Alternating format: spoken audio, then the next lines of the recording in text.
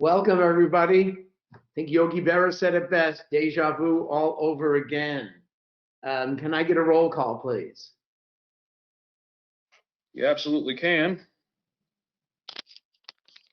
And again, friendly reminder, I have muted everybody, so you're going to need to unmute yourself as I go down the list. We'll start off Director Engfer.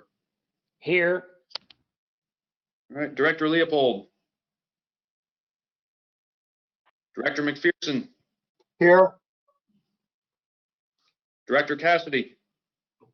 I'm here. Director Franklin. Here. Director Pollock.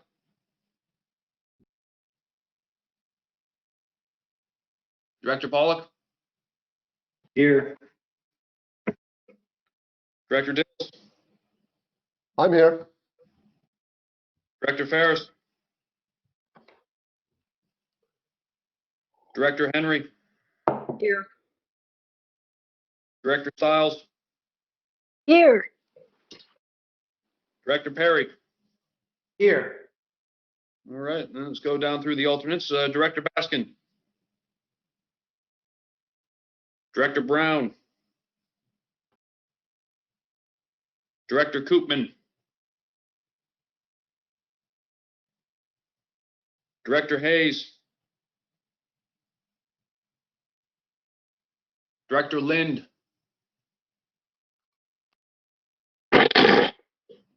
Director Moran. Oh, hold on, Director Moran, I muted you there. Oops. Apologies for the inconvenience. Director Moran, I got you live again. Are you here, sir? I am here, present. Okay, awesome. Director Eckwall. I'm here. Okie doke. Looks like we got nine directors present and one alternate present who's going to be acting as a voting director tonight. Okay, excellent. Nick, thank you. Are there any additions or deletions to the agenda for tonight? There is none. Okay, there's no administrative, no consent. 4.1 is the informational session. Is there anything we want to go over about the GSP roadmap? Chair Perry, did you ask oral communications and items not agenda 1.3? Yes, in another universe I did. Okay, I'm sure that was yesterday. Let's do it in this universe. Yep. Oral communications on matter not on the agenda. If there is anybody who wants to make a comment of items not on the agenda, now is your chance. Nick will unmute you if you're on the phones. All righty, apologies, I'm dealing with a technical hiccup here on my end. Doesn't look like we have any members of the public calling in as of right now. I see that Director Henry put herself in the queue though. As we also have one from Ms. Mahood. So let's go ahead and start with Gail, if you could. We'll just get the public out of the way first, if that's acceptable, and then we'll go on to the directors if they have anything they want to put in there. Okay, I can get the public out of the way. I am Gail Mayhood. I'm a resident of Felton, or at least I hope I am. The fire got about 300 meters from my home, so I think I still have standing here. I went to the meeting yesterday, and I have to say I found it a bit surreal. We spent a lot of time talking about the details of IPCC CO2 scenarios or vertical hydraulic conductivity in the face of one of the water agencies that is part of this having faced catastrophic losses, half of its water storage, most of its capacity to capture water on the surface from creeks and streams has been destroyed. And I just felt like it was odd that we didn't address this. I think Lois tried to bring this up, and it really wasn't answered other than the fact that we said something about streams being affected for a year or two, and someone else rather insensitively bringing up that, well, the fire area isn't in our groundwater basin. And that is true, but what I would point out is that the fire area is within the watershed, and the streams are going to that feed into the San Lorenzo River have headwaters in the burned areas, and they're going to be contaminated and have high turbidity for 1 to 3 years. There's likely to be mud flows that will affect the sedimentary load. That means it affects fish. In the Ben Lomond and Boulder Creek area, basically that area is one gigantic landslide, which is held in place by redwood trees, which are now gone. So we're likely to have landslides into the San Lorenzo River. So there are going to be issues of water quality and salmon environment. I realize that there's unlikely to be any effects on the aquifers east of the San Lorenzo River, which is the dominant part of the groundwater basin. But the fact that all of the surface water is offline, or nearly all, for our water district means that we're going to have to tap into our wells, and we'll be very dependent on the wells for quite a long time. So how do we address the fact that we're going to have to draw down perhaps even greater than some of the historic lows? Do we need a separate management area for the San Lorenzo Valley Water District? Will we need to get a dispensation from the state for 5 years to sort of violate the own rules that we're bringing up? And I just hope somebody could do a better job of answering Lois's question from last night. Thank you. Thank you, Gail. Lois? Okay, I know I have no power to ask for deletions of the agenda. When that came up, I wanted to say something. Oh, you can, Because, that's okay. You can. I okay, think- I'll tell you what my problem is. The new deck, or whatever you call it, that was just put in last night about surface water, I would like that to be talked about at another time. No one in SLV has been able to talk about this or discuss this. And I don't think tonight is the time to review and discuss this. Just my opinion, but it just seems wrong, because you can't add something at the last second that so affects SLV, and we're in the middle of what we're in the middle of. And I would like it to be done at a later date when there is time for SLV staff and directors to look this over. Okay, thank you, Lois. I guess that would be something that would be under 1.2, additions, deletions to the agenda. Can Well, Lois? is that You possible? already said something about that, and Yeah. that's why That's okay. I mean, it's not, just because we passed it doesn't mean we're done with it. Terry, can we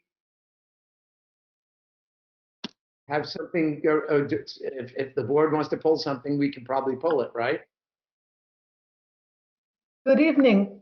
I think I'd like to know a little bit more about when that matter was put on. Nick, did we post in the normal time frame? I did not get one of the presentations regarding surface water until I believe either Monday or Tuesday. I'm going through my email right now, but it wasn't until this week. Just give me a moment to confirm that, please. But it was on the agenda as an item, right? We just. It was on the agenda, and the agenda did go out on the normal timeline. It's just the presentations this week are a little bit behind schedule just due to the ongoing events, because obviously a lot of the staff lives in the area as well. it was, what do you call it? You just sent something, I believe, yesterday that, what's it called? A new slide deck. It was just sent yesterday, I thought. Right, so I last received night. the slide deck pretty much right at the end of the day on Tuesday. I believe I put it up on the website on Wednesday, and then I finalized everything. I pushed it out to you guys directly earlier today as part of that last email there. There wasn't anything there that wasn't already posted onto the website. So what was the new slide deck on Wednesday? New is going to be a relative term. That's basically just the slide deck for item 4.3. That would have been the one coming up on the screen now. That should be the, and Chelsea, if you want to jump in here and help out. One more thing here. I don't care when you did it. We are scattered all over the place as board members. And we haven't, and our manager, our district manager has been busy every day. And I think this item should be removed. That's all. Okay, thank you, Lois. Could I Uh, ask that yes. somebody confirms exactly which item we are discussing at the moment? We I have, believe, go ahead, Lois, tell us. I think I know. Okay, it is the surface water, and it was there was a new slide deck to the website since last night. So I don't know. I got some internet problems where I am, and I just was oblivious. I'm sorry. So it's 4.1.3. okay, so it does not quite line up. Let's just make sure that the numbers are, you have Nick up, so that's a 3. And part of that total complete item, there are 5 sub-items. So one of the sub-items is currently under discussion. Is that? Yeah, so I think it- believe the item that Director Henry is referencing here is specifically the presentation entitled Depletion of Interconnected Surface Water, Proposed Significant and Unreasonable Statement and Minimum Thresholds from Balance. So that would be, That is what I'm talking about. so that would be the 3rd bullet on the agenda. This is Dave. It's the presentation that Chelsea is slated to make this evening. Well, it's true, but I think if the board is going to consider deleting or postponing an item, we need to refer back to the agenda and make sure that we know which item on agenda they are considering removing. It's just I think, Terry, correct me if I'm wrong, but I think to proceed with this proposal, we need to refer back to the agenda, not a presentation itself. Is that Okay. true? That's correct. We'll want to refer exactly to the number and the bullet point that we'd be taking off the agenda, so there could be a vote on it. It's the draft statement of significant and unreasonable or interconnected water, surface water. Okay, so it's And you're wanting 3rd. input on that. Okay. So Terry, can we open up the 1.2, item 1.2, additions and deletions to the agenda, and then the board can decide if that is something they want to consider Yes. removing that item. Okay. Yes. So that Okay. requires motion and second and a vote. So here's what I'm going to say. Just let me just talk right now for a second. First of all, let's not type information in the chat feature because we're not supposed to do that. I'll read what people have typed, so we're not hiding anything.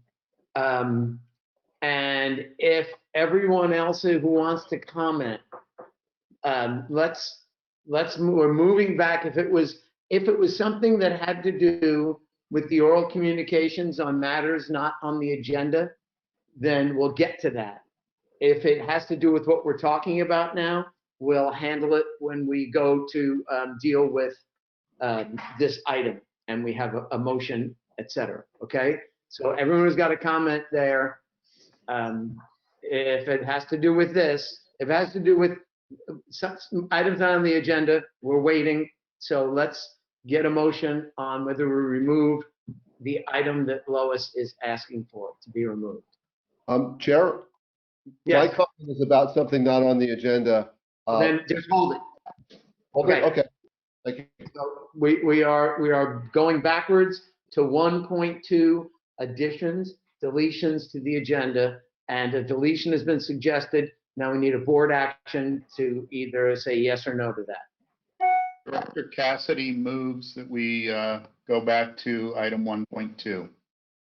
Okay, and that's good. I don't think we had to get a motion for that. What we need a motion for is whether we, Director Henry or Vice Chair Henry has suggested deleting an item from the agenda. Can I get a motion on whether a yes or no on that? Or Director Henry, you could just make the motion. You know what? If no one else will make the motion, why should I do it? That means you won't vote for it. That's Well, no, I think we have to discuss it. I think that opens up the time for okay. discussion. All right, I'll make a motion to discuss whether we should delete from the agenda the draft statement of significant and unreasonable or interconnected water surface. I will second the motion with the provision that Lois amended to be a motion to delete it from the agenda, so then we can discuss it. So do I need to amend it? Sure. Okay. Sorry.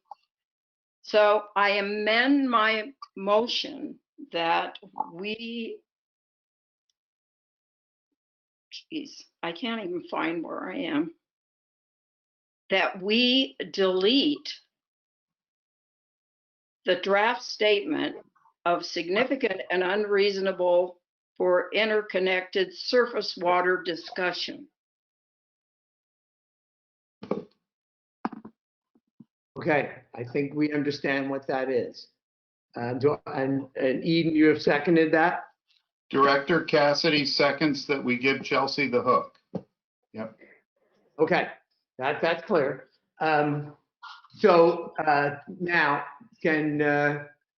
who is first on this list with a comment? Someone who we're kind of out of control here. So if someone wants to start messaging in comment, let's do it now. I think that's Doug Enfer you have there waiting in line. Yeah, he is. I just don't know where he came in now, but I'll go with Doug. He has a 1.2 question. There you go. Yeah, so I think it would help me if I could understand a little bit better about the intent of this agenda item. For example, if it's meant to be primarily an informational item where we're going to get educated about a potential approach for setting these various criteria, and then we're going to go back to our corners and cogitate about it and offer input via email as we've done on other items, then I'd be able to support continuing having it on the agenda tonight. If, on the other hand, we're expecting to have a robust conversation about this tonight, then I would have to support Lois's motion. So if somebody could clarify this item, that would be helpful for me. That might be helpful for the group. Who wants to take a stab at that? Well, I guess I'll jump in here. The intent of this item, and please, Perrette or Chelsea or Georgina, please feel free to correct me on this. I was tracking that this was going to need a significant amount of input from directors. The way that we had these meetings spaced out was that the informational, you don't really need to touch it items were done yesterday. And if it's on the agenda for tonight in the regular scheduled meeting, we were going to be asking for input.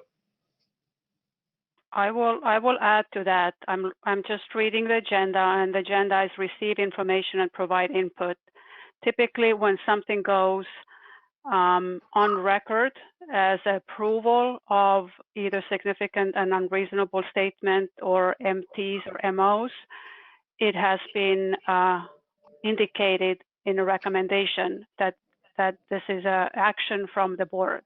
I believe how the recommendation reads here is that we will open it up to receive input, but nothing will be determined today as in terms of a draft approval from the directors.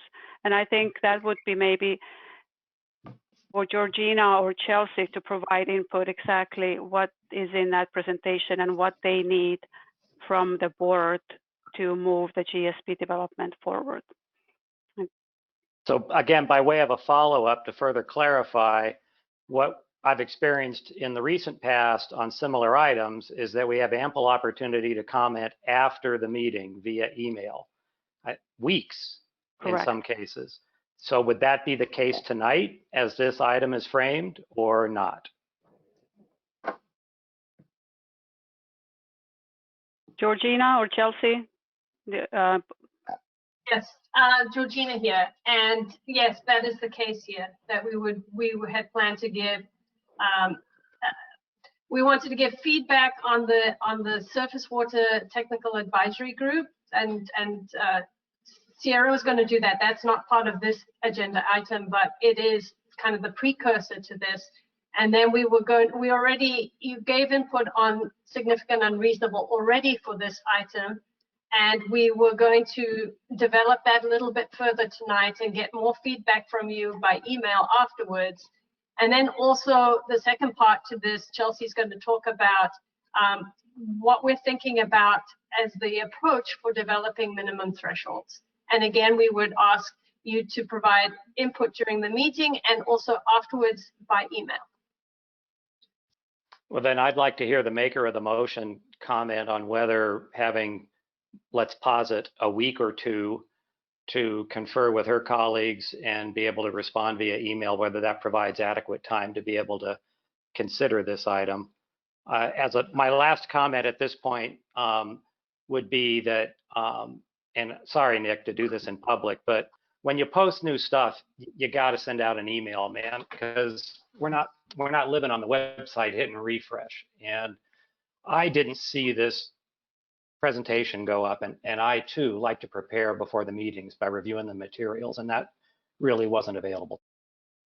Understood. Okay, thank you. So I don't even know when I can go back to my home. It could be a week from now. We're involved in emergency meetings every day. And okay, so we're going to get a couple of weeks to talk about this. We got serious stuff to talk about. I'm not saying this isn't serious, but we get 50% of our water normally from surface water. And we don't even know what's going to happen with the surface water at this point, or what's happened to our intakes. It's to me, it's just poor timing. And I just don't know what 2 more weeks or a week is going to do. I don't even know if I'll be home in a week. I hope I will.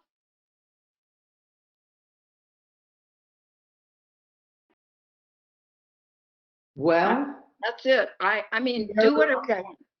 I get it. Sierra had a comment. You know, my comment goes back to an earlier comment about Rick not being able to be here, and I just wanted to make sure everyone was aware that he has seen all of these materials already, and we've discussed them a bit with him, and he this was presented a couple weeks ago to the tag, so he heard about it, but I don't know if that's relevant information or not. And he was also consulted if we should go ahead with this meeting. He was the first person I called asking if he thinks his district, because it's the most impacted, is in a place that we should have any meetings this week. And he suggested that we go ahead with this meeting if the majority of the board is available. So we did make an effort to gather input if any of this should be happening this week, and he gave us a green light. So we have his support. And then we also convened or made sure we checked with the full board about your whereabouts and if that's something that you are you would be willing to consider this week. And we also got majority of you coming back and saying you're available and willing to do the meetings this week. And I know it's hard. I mean, this is not by no means discounting what all of you, and especially some people that are more affected, are going through personally, and the water district. So my heart goes out to you. I think it's just more of a trying to figure out what is the best approach for the agency going forward, and what can be done now, what can be rescheduled, and rescheduled for when. And so I think the board needs to make that decision. Well, I would just say, Lois, that no decision about any of the information we received tonight is, the information regarding the items you're concerned about, is going to be made. And just because we hear it tonight, if it's not adequate before the next meeting, we are able to either do it again, review it. There'll be time to look at it. If we just, by hearing this tonight, nothing gets written in stone. We just get a step along the way. So it won't, I don't think it can do any harm just to hear the information. And I know it's going to be hard to process it because there's so much going on, but like I say, it's going to be able to be reviewed again. We can even devote another portion of a meeting to it if we need to. So, you know, I don't want to push something that's going to really upset a board member. And, you know, I consider every board member important. So that's just my personal opinion. John Ricker had a comment. Sorry, John. That's okay. Just a couple of points. This item does not deal with the San Lorenzo Valley Water District surface water sources. Just so it really is just the streams on the draining the Santa Margarita Basin. So it does not deal with those surface water sources on the west side. And Gil Mahood was very correct that the fire will impact the basin indirectly by requiring more pumping from the wells. But the impacts on the surface water diversions it's more of an indirect impact on the basin that we will certainly have to consider in terms of increased pumping. But this item is really describing our approach and getting feedback from the board over time. This is, as Director Perry just said, this will be a long process. There will still be a lot of opportunities for the board to weigh in. We have a lot of work to do on this particular topic, and I think it's good to talk about the approach as an informational item tonight, and then to be able to get feedback as we go forward with this thing. But it is going to be a long process with lots of opportunities for board direction and board decisions as we go forward.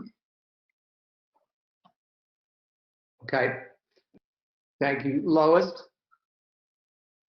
I see you. Your So turn. this doesn't concern San Lorenzo directly. I don't get that, John Ricker. I really don't understand why you're saying that.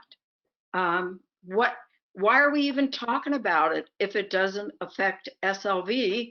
Are we only talking about the part that's maybe in the basin, which would mean that all our surface water isn't concerned with this?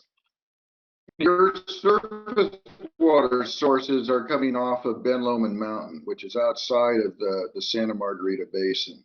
This item is talking about the flow in Zayante Creek and Bean Creek, Carbonera Creek, Love Creek, and Newell Creek, all on the east side of the San Lorenzo River. So this does not, we're not talking about the flows in the streams that you guys directly divert for water use. This does, I mean, this does affect your activities in terms of pumping groundwater from the basin, but it doesn't affect your surface water sources. All of these groundwater affected places are not. Okay. So what do you think, Lois? Chair Just drop Perry, Just drop it. Okay. Okay. Okay. Chair Perry, this is Rick Moran. Yes, Rick. I would like to support Lois's request. Current events have dramatically changed circumstances. We should recognize that. Schedules should be altered, and this item should be postponed until September meeting. The future has changed, and we're talking about the future here, and this event has changed that dramatically for the people of San Lorenzo Valley. Thank you. Okay. Director Moran, did you hear what John Ricker had to say? You can chime Yes, I back. did. I just want to be in support of Lois. I am in support of Lois too. That's why I'm also in support of her withdrawing her request. Thank you, Lois. Okay, let's go back now to oral communications on matters not on the agenda.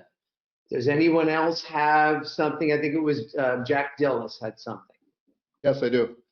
Just in case you haven't heard, and I think it affects all of us, obviously, but Scotts Valley is now completely open. The evacuation order was removed for Scotts Valley, so all of Scotts Valley is now accessible. So I'm very grateful to all of our first responders. Of course, I know lots of people are still suffering and have suffering in other parts of our area, including San Lorenzo Valley. And so my heart goes out to all of them, but I wanted to make sure that everyone knew that Scotts Valley is now open. Thank you, Jack. Was there anyone else who had thrown a comment in the chat that got just mixed up that was needed to make a oral communication matters not on the agenda?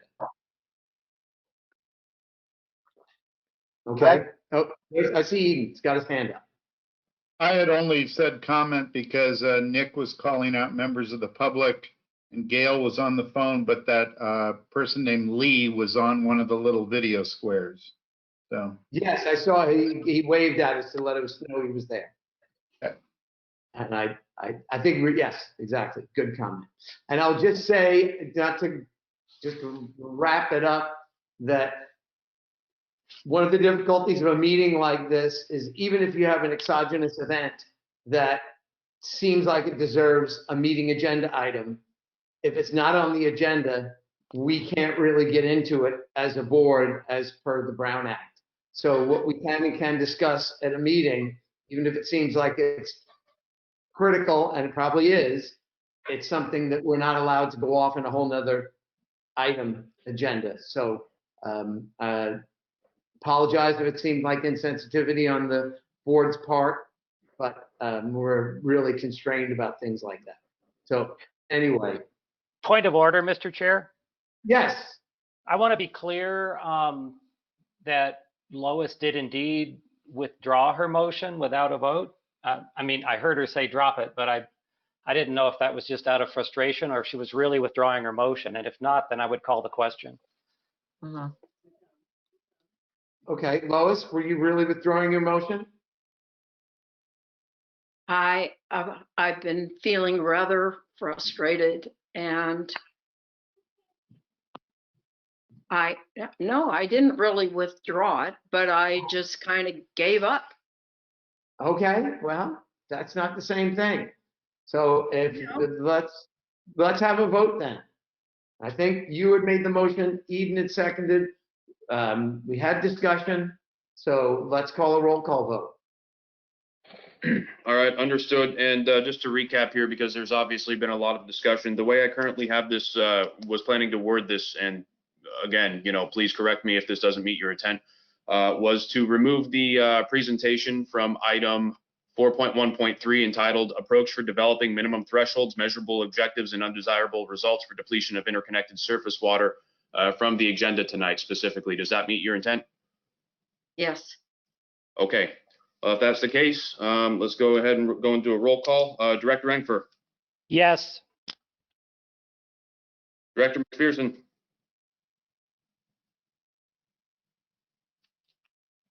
if he's here, he may have gone out. Just let me check one moment. No. Okay. Director Cassidy, No. Director Franklin, No. Director Pollock, No. Director Dillis, No. Director Moran, Yes. Director Henry, Yes. Director Stiles, No. Director Perry.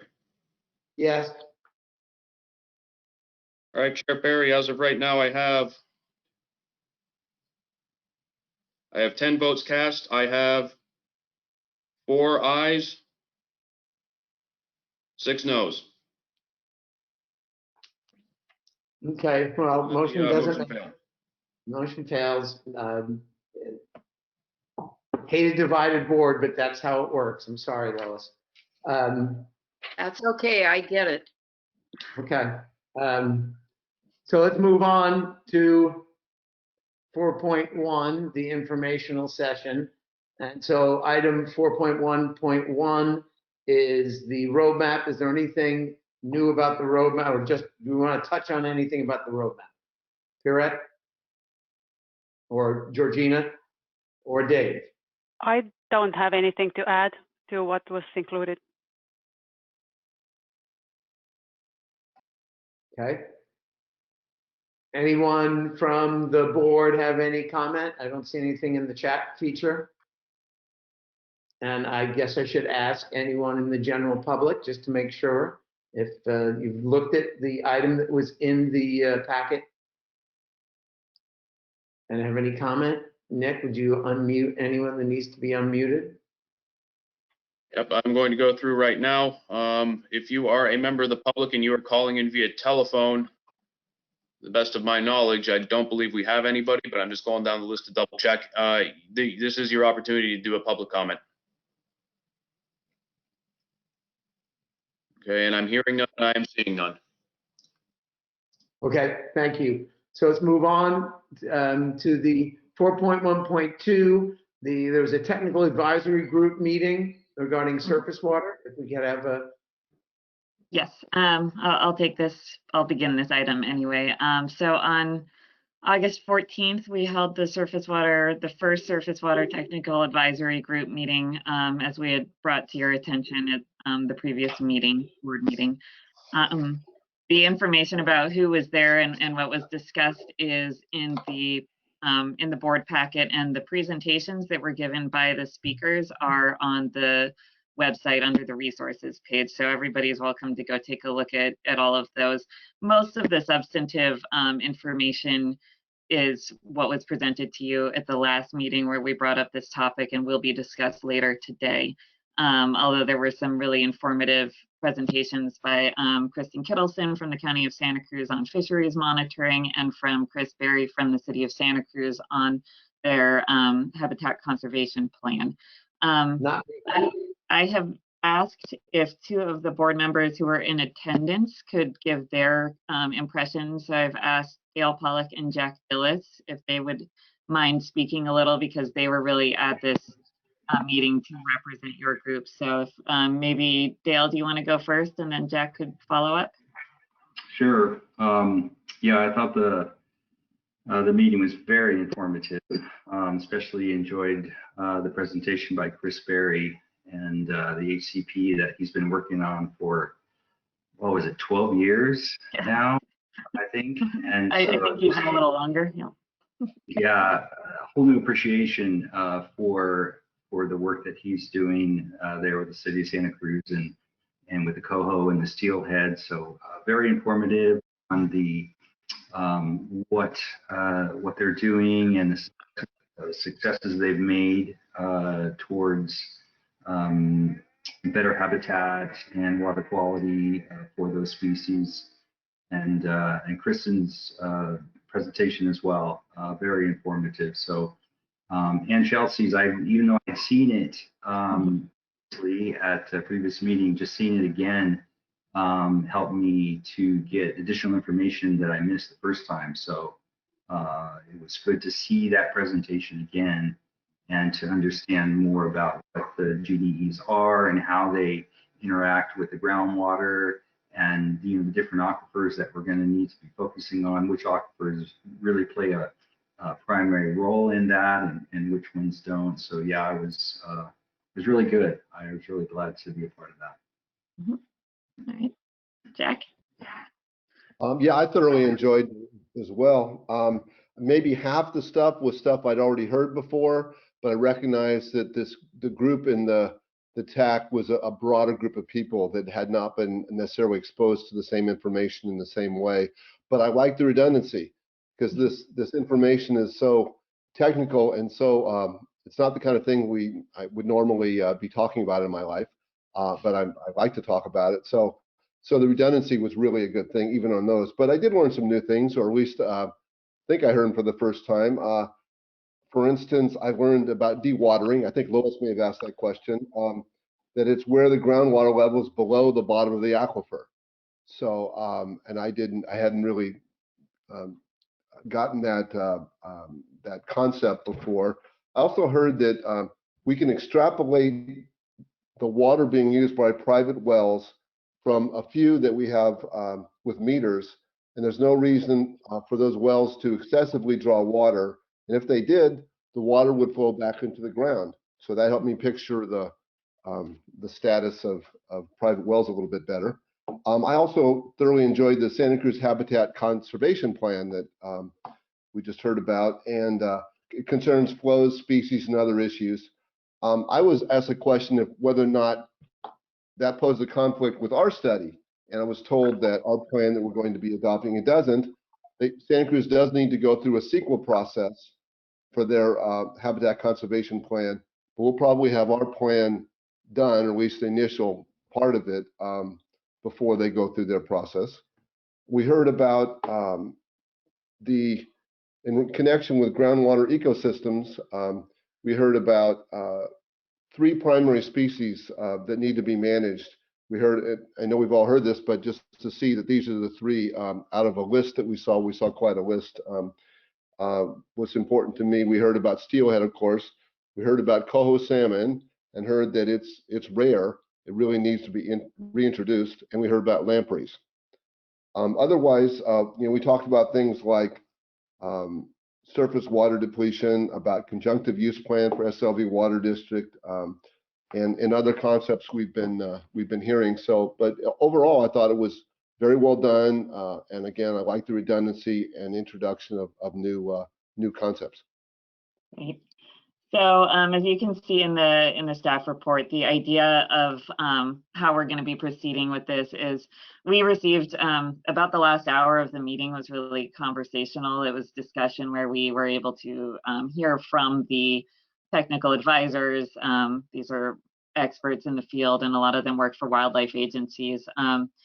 We were able to get their input on the work we're doing, and what we're planning to do, how we're planning to bring this to you is just as the items that we talked about at the tag come up, we will present the feedback that we heard from the technical advisors. And I also intend to hold one more meeting with this group after we have a little bit more information from the groundwater model related to actually calculating the depletion of surface water from groundwater extraction. So we didn't have that information yet, so we couldn't present it to them, but that is something that we are going to want to hear from them, because again, they will be commenting on this GSP, both in draft form to us and in final form, they'll be commenting to DWR. So we really want to make sure that we what they are concerned about and are able to address it as early as possible in the process.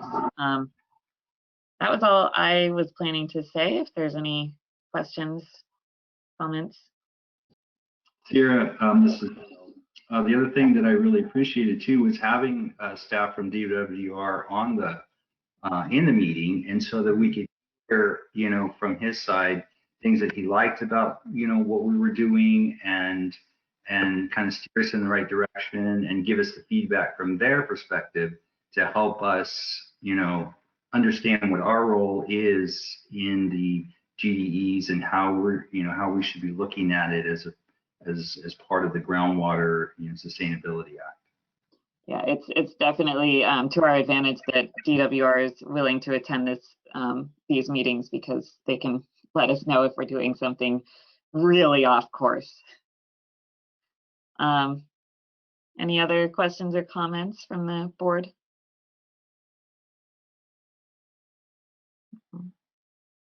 Okay. I don't see anything in the chat feature. So no one, anyone from the public? Nick, can you unmute? Yep, again, if you are calling in from the general public here, if you want to go ahead and unmute yourself on the app, this is your opportunity to make a comment on this. Again, I'm not seeing anybody calling in from the public at this time. Or Director Moran, possibly? Director Moran has been unmuted, yep. Okay, awesome. All right, thank you. Thank you, Sierra. I have a, sorry, I have a quick question. Oh. Hello, I'm a member of the public. My name is Frank. All right. There you go. Hi, Frank. Hey, Chris, I sent you a note today, just off the line introduction. I live out on off of Granite Creek on Blair Ranch, and I'm a well owner. I've been in the area for at least 30 years.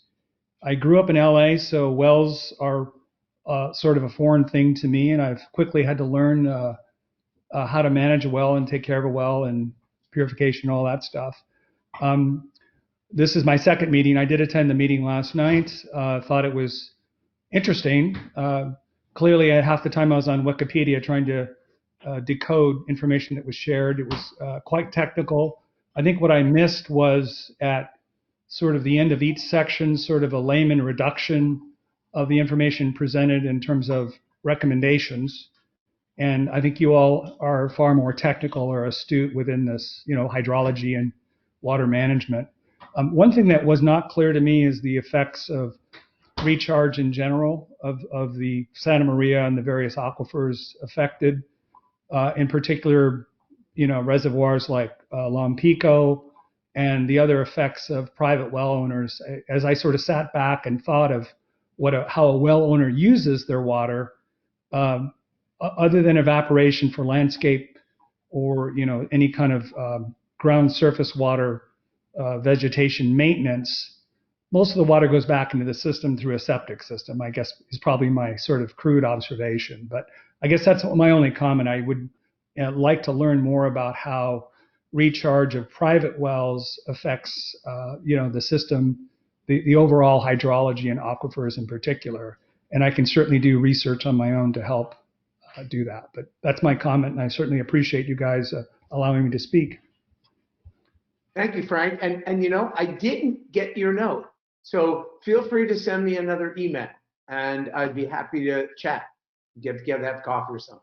Absolutely, will do. Thanks, Chris, and thanks everybody. Okay. Is there anyone else from the public? Okay. Hearing none. Thank you. Now we've got 4.1.3. Okay, good evening, everybody. This is Dave. I want to just start first by expressing my sincere sadness to you all for what you all are going through in your basin right now, and Lois, to you and others, specifically in the heart of it. It's very tragic, and my heart breaks for you all.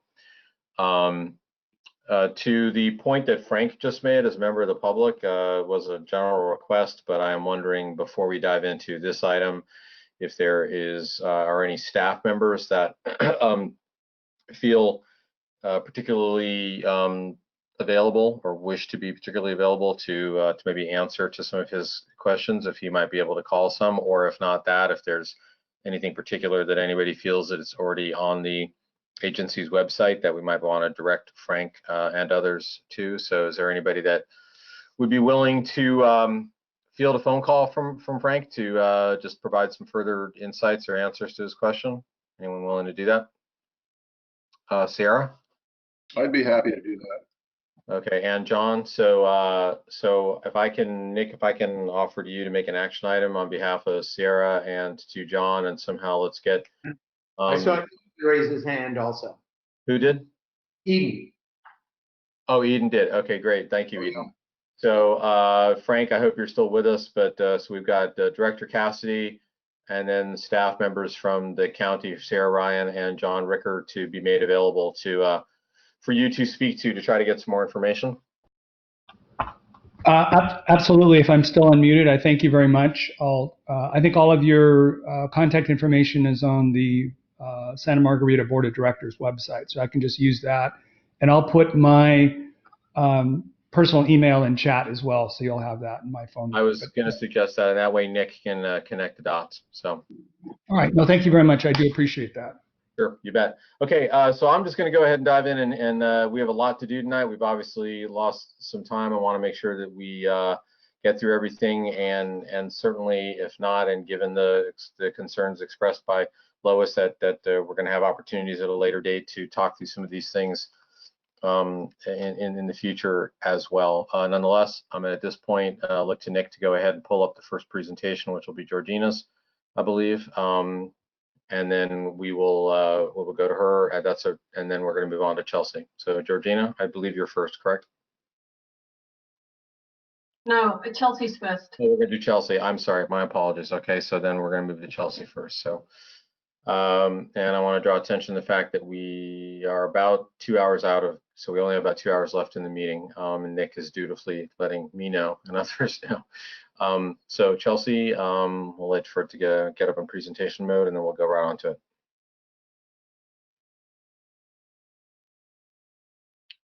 Whenever you're ready, Chelsea. Oh, I will say, just as Chelsea's getting ready, we're going to be using the same basic method that we've pretty well gotten used to. We'll be doing pauses at certain points. I'll be checking in with the public, checking in with the board. I know we very fortunately have a few members of the public here today, and we absolutely encourage you to be posing questions, and of course board members as well. So with that, Chelsea, go ahead. Great. Good evening, everyone.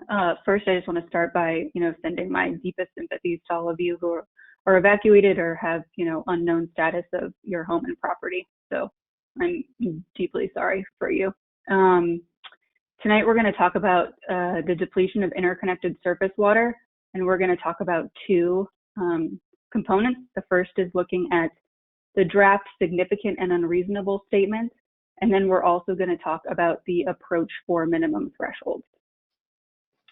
So we've seen this before. This is the conceptual process flowchart, and I just wanted to remind us where we are. We've talked about groundwater dependent ecosystems and looked at where those pumping centers are and where GDEs might be impacted.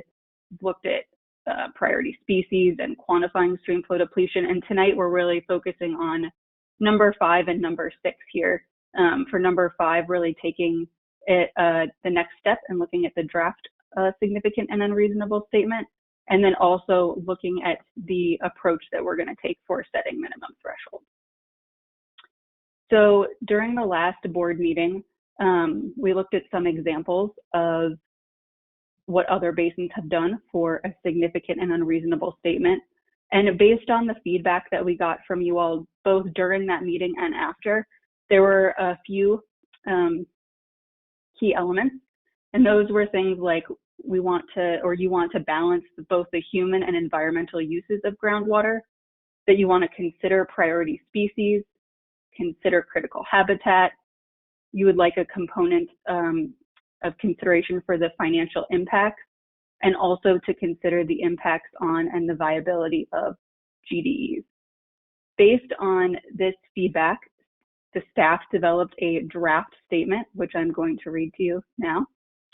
The depletion of interconnected surface water occurs where interconnected surface water is depleted due to GSP implementation and/or groundwater use. To be considered significant and unreasonable, the depletions must cause significant adverse impacts to the viability of individual priority species or GDEs, or undue financial burden to beneficial users or uses of the surface water. So this is the statement that we, staff, developed based on your feedback. We took this statement to the Surface Water Technical Advisory Group and showed them the draft statement to get their input. And there were a few things that came away from that meeting, and we had a pretty good conversation. One of them was that the statement replaces this vague notion of significant and unreasonable with an also sort of vague notion of significant and undue. So perhaps making the statement a little less vague was one idea. And then we heard from NOAA, there was concern about the idea of undue financial burden. And at first, the idea here was, well, the request was that perhaps that should be removed. However, there was a very good discussion and people, you know, talked about what was intended by the idea of undue financial burden. And I know that this is something that the board has discussed a lot. Undue financial burden has come up in a few of the other significant and unreasonable statements. And I think perhaps it would be best if there was a way to clarify this and really to define what that statement means. I think that you've had discussions about this previously, but it seems like providing some, essentially coming up with a definition of what we mean for all of these statements would be beneficial. So that might be, you know, one way that would also help address some of the concerns of some of the regulatory agencies. And then finally, there was also the idea that this statement could potentially be a little bit more aspirational. And an example was given to us, something like, to be considered significant and unreasonable, the depletions must cause undue financial burden to beneficial users or uses of the surface water, or significantly reduce the likelihood of recovery of historic populations of one or more priority species. So I also would like to point out that, you know, it's very important that the board considers what the Surface Water Technical Advisory Group has to say, but you are not required to implement their ideas or suggestions. It's just there for your consideration. And so with that, I think it would be great to take a few minutes, and we'd like to hear your input on the statement as it is, and thinking about the comments from the Surface Water Technical Advisory Group, any additions or changes that you would like to see. And we'd also be happy to get these suggestions via email at a later date. Okay, so let's Dave, go ahead. do you want to? Yeah, so Terry let's. Rain has a comment. I'm sorry, pardon me? Terry Rain has a comment. I'm wondering if Yeah. he did something wrong. Right. We're gonna go to Terry and then to Dale, and you know, Chelsea and I talked about this this presentation the day before yesterday, and I would like to reiterate what she has said, which to the extent that other members can similarly weigh in on the term undue, since as she noted and we had talked about it, it has come up a number of times previously as a surrogate for financial impacts or lack thereof. So let's go to Terry and then to Dale, and then obviously after board discussion, we're going to want to make sure we open the floor for members of the public that are here tonight too. So Terry, go ahead. Thank you. I wanted to tell you that undue burden is in ADA law. And so there's cases and a lot of legal literature interpreting that phrase. And the statute says that undue burden requires a consideration of the nature of the cost of the action, the overall financial resources available, the expenses and resources, a whole bunch of factors that go into what is an undue financial burden. So perhaps if we took the time to define undue financial burden, it might make sense because there's a lot of resources out there already available to us. it has to be a balancing act and that's why I think the word undo is there. So I kind of like the word, but it could be refined through more clarification referring to ADA law. Yeah, and this is something, before I go to Dale, this is something that Chelsea and I actually similarly talked about the other day. I'll just give you my 2 cents before I go to Dale. Given the dependence that you all as a board have placed on that word and on that concept in other statements of significance and unreasonableness, I was going to recommend the same thing. So I think Chair Perry, I think we should come back to that, and Perrette as well, for something that perhaps gets agendized at a later meeting, because it seems like something that ultimately your GSP is going to be hanging its hat on that in a number of ways. Dale, go ahead, please. What I want to comment was, I remember during the TAG meeting that I believe it was Noah that brought up the question, having the undue burden financial burden in there. But I think, as I understood it, he was talking about a financial burden of potentially trying to fix or management projects or things like that, where I think this speaks more to the undue financial burden of the users and the uses of the surface water. And I remember, Jack, you made a comment about that too, that no, we need to have this in here because it's more about the user and the uses, not about any management projects or things that we would be coming up with in the future. And I think he was talking about, well, are you not going to do them because they're too much of a financial burden? And so I think he was a little confused about why we wanted this in there. Let's go to Eden and to Lois.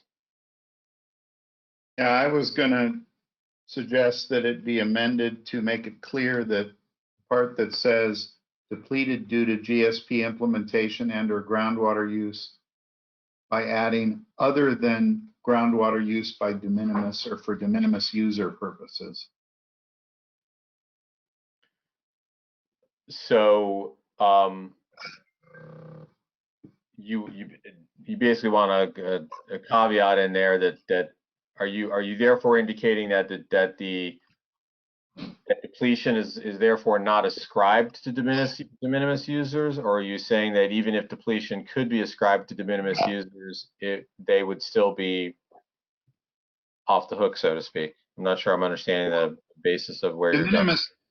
Yeah, de minimis users are called out and protected in the act itself, but when we very vaguely say groundwater use, I just want to make sure that if people see the wisdom of this, that it's clear that it doesn't come back to haunt us later as we're the ones that are going to be left shouldering the burden for these GDEs. So state again your proposed insertion and location again. Sorry, Eden. Yeah, I mean, I think Chelsea or staff would come up with better wording than I, but something to the effect of due to GSP implementation and or groundwater use other than for de minimis purposes. Okay. Georgina, I want to go back, and Eden, I'm not challenging what you're saying, but I would like some other people who have been, studying implementation of Sigma. Georgina, do you feel, do you feel that that's consistent with the intent of Sigma, that de minimis users would get that kind of pass, so to speak? If there were data, and I don't suspect there is, but if there were data to show that collective de minimis use was somehow creating an impact, would what Eden just indicated, would you expect that to be acceptable by DWR? And that's, Eden, that's the really reason I'm asking this, is whether that would set up a red flag and DWR would look at that and go, hey, hold on, you can't get that kind of a mulligan. And I don't know one way or another, but I'm curious to hear Georgina's perspective. I don't know the answer to that without looking into it, but we do have Tom Burke from DWR here, and if he's comfortable, I would ask him to perhaps give his opinion on that. Okay, Tom, I mean, recognizing that, and I'm just going to give this caveat out there for Tom. I've done it in the past here and in some other projects. I think everybody here needs to remember that DCR staff has been given some fairly tight boundaries as to where they are allowed to opine or not. So I just want to give him that caveat, since I know that his leadership, that's guidance that he is given, or others like him are given. So Tom, if you're here and you wish to weigh in on this, please do. I thank you guys for inviting me, and I'm wishing you all the best as we get through these times. I cannot provide direct guidance, as you mentioned. It is up to your GSA to decide what language they are comfortable moving forward with. The only thing I would look at is when you're picking your wording for significant and reasonable, the next step down the line, you're going to have to pick a way to measure that. So if you add things in that are immeasurable, you're going to have Georgina stuck with something where she has to put parameters on that calculates when you exceed that circumstance. So that would be my only input, is that you pick something that you guys can measure in the future, because that's what you have to justify. Does that help at all? Yeah, I think it does. And again, Eden, I'm hopefully you understand, I'm not trying to not be deferential to your suggestion. I just want to make sure you all aren't painting yourselves into a corner. So bottom line, that's the proposal that Eden's made. It's a recommendation to the technical team to consider. That's completely reasonable. I just wanted to test it out a little bit. Let's move on to Lois and then to Jack. Well, you know, I've already talked about the word undo in the past. It's not only a legal word, but it is a financial word, and it means that it cannot be a burden on the people that are affected by whatever it is you're doing. So I would think that would even cover Eden and the well owners, that they couldn't somehow wind up costing them more money. It's something for everyone who is using the water or whatever it is. When it says undo, it can't be unreasonable, an unreasonable cost, an unreasonable burden. And it's a good word. And I think it ought to be left there, and it ought to cover the well owners also. Okay, thank you, Lois. Let's go to Jack and then John and then Doug. Okay, yeah, I have two comments. First, and I know I was part of the TAC meeting, but I just don't remember the way undue financial burden was in here. The last clause, I understand undue financial burden to beneficial users, and I'm glad that's in there. I'm not sure I understand undue financial burden as it relates to uses of surface water, because to me, the financial burden is that borne by individuals, by people. So I'm not sure I get the last piece of that. But my other comment is, how about I know, Dave, that you said we might have a special meeting later to talk about, but I'm going to make an attempt at just putting my words out for now about how I would define undue financial burden. I would say undue financial burden refers to an unnecessary cost that could be avoided by selecting another feasible option. So my goal is, I recognize it's going to cost something. My goal here is to be part of something that says we're going to choose a good option, but the least expensive option of the good option. Something that will be able to look each other in the eye and say, this is how we're going to get to our goals. But let's not spend a lot of money doing it. Let's not spend more than we have to spend. So that's my concept. Okay, thank you. Chelsea, do you want to speak to the first question that Jack raised about just putting some clarity on the latter part of that sentence, and then I'll continue on in the queue? Yeah, I think I mean, I can see where the confusion comes from, and perhaps that could potentially be changed. You know, we're talking about the viability of individual priority species or GDEs, and we tend to combine beneficial users or uses. And so, you know, the beneficial uses really relates to the first part, that priority species and GDEs. Okay. But it's possible that we might be able to make that a little clearer. Thank you. All right, let's go to John and then to Doug. John Ricker. I was just going to say that, you know, my recollection of Sigma is that it does not give a pass to de minimis users if they're causing a significant adverse impact. We need to take the effects of de minimis users into account. That being said, we in Mid-County, and I expect we'll do this in Santa Margarita, we assess the effects of the de minimis users. We actually did a model run where we turned off the de minimis users and their return flow through their septic systems, and saw what effect that had on some of the parameters we were looking at. And a good portion of the Mid-County, it did not have a significant effect on the basin. So we'll be doing, I expect we'll be doing that sort of analysis here for Santa Margarita, but there's not an automatic pass for de minimis users if they are causing significant adverse impacts. Okay, thank you. Let's go to Doug, and then I'm going to pose a question to the full group just to ground truth something, and then we'll continue on to Eden after that. Doug, go ahead. All right, I had 2 comments and thunder stolen on both, so I won't give the full comment, but it seems like this is the same thing we went through at the previous meeting, Dave. Right.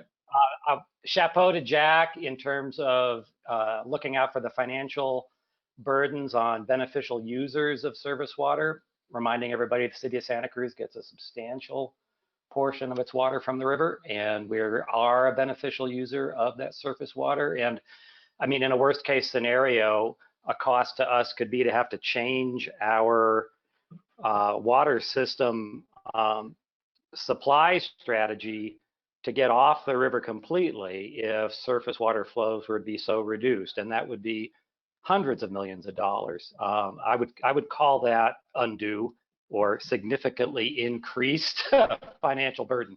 So that'll be the lens that I think I'll be looking at this through. It sounds like there's some concordance there, at least conceptually. Secondly, as regards the Eden's comment, you know, I could support it in concept as long as we don't get ahead of the science. I mean, there's a potential moral hazard here, and John called that out, and I'm grateful to the county that's going to be doing the work on this. You could imagine a situation where a layer contributes substantially to surface flows, base flows, that layer is substantially drawn on by de minimis users who in aggregate partially deplete that, thereby affecting base flows, and the only projects we have available to us in that layer would not necessarily benefit those who'd be investing in those projects. So, you know, I get the concept, but it's hard for me to give a hall pass ahead of the science. Okay, thank you. I'm going to go to Eden in a second, but I just want to ground truth something. You know, again, at the end of the day, I act as a facilitator and advisor. So I just want to check, is given this circulation about the term undue, is anybody opposed? I threw out a couple minutes ago the idea that at a future meeting that this would probably or might benefit from a focused discussion as part of a definition you would seek to build into your GSP, since, like we said, this has come up several times. Is anybody opposed to having that as an agenda item, a focused conversation, so you can perhaps put this to rest or get a common definition for you all to work with in the future? Anyone opposed to that idea for an agenda item? Okay, not hearing or seeing any opposition, then let's just, I just wanted to test that as a guidance to Perrette and Nick and to us as the technical team. Let's go to Eden. Go ahead. Yeah, I appreciate John's comment, and would sort of echoing my comment, was just echoing some of what Doug had to say, but also to put it in layman's terms. I mean, and I can't speak for the other private well owners, but I think I sort of can, that we're all we're all in this together. We're for the GDEs and the priority species, but because we've all got straws pulling out of different layers of this thing in layman's terms, and we're pulling out of the top most accessible layer, and the industrial or district users are pulling out below us, they're not, we're going to be potentially first in line to bear the undue burden of supporting these GDEs and priority species. So I'm not looking for a pass, but I'm looking for something that makes it clear that if de minimis users are called into play here, everyone's called into play, not us first because have the shortest straws. Let me then throw out something to you, and then for consideration by Chelsea and Georgina, then perhaps from an interest-based perspective, maybe there is a way to reframe what you're looking for, which is rather than a user-based definition of this, it's an aquifer-based definition, because that's really, it sounds like what you're getting at, which is the user base that you refer to is in the upper portion of it. You don't want to be left holding the bag, but maybe from a technical, and like John spoke to the science, maybe there's a more aquifer hydrogeologic way to get into this argument a little more effectively. I'm brainstorming, just throwing that out. I'd be interested to hear what Georgina or Chelsea have to say. Otherwise, we'll move on. And you as well.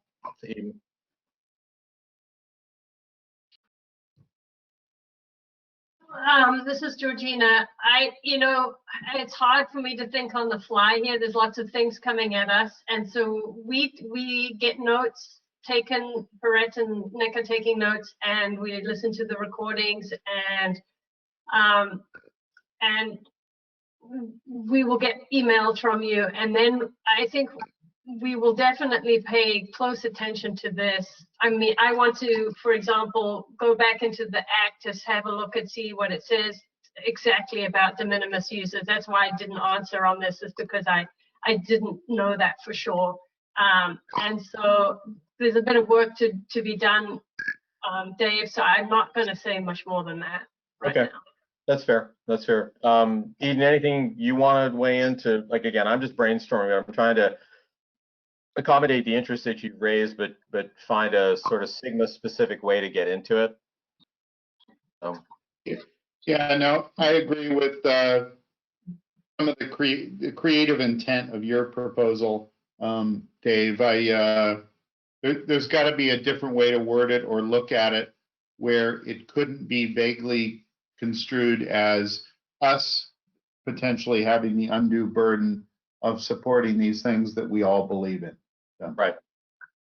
Okay.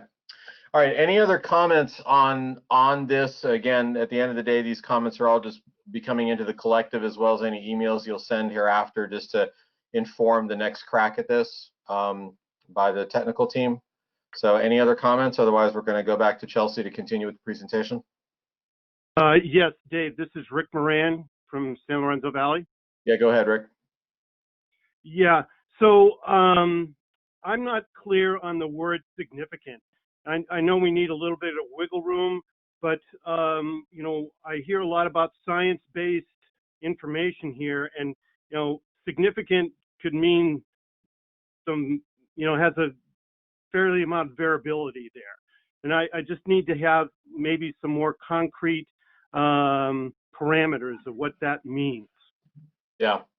Well, I can step in there a little bit in that the term significant and unreasonable comes straight out of the statute, and so right out of the blocks, there's some inherent challenges there. I'd have to go back into some of the Sigma guidebook documentation from DWR as to how significant and unreasonable is defined. If anybody online right now wants to either speak from memory or has the guidebooks on the Sustainable Management Criteria guidebook open, because I know that it's addressed in that guidance document. It is not defined definitively, but it's addressed. And anybody want to speak to that? Otherwise, we'd have to get back to you on that more specifically, Rick.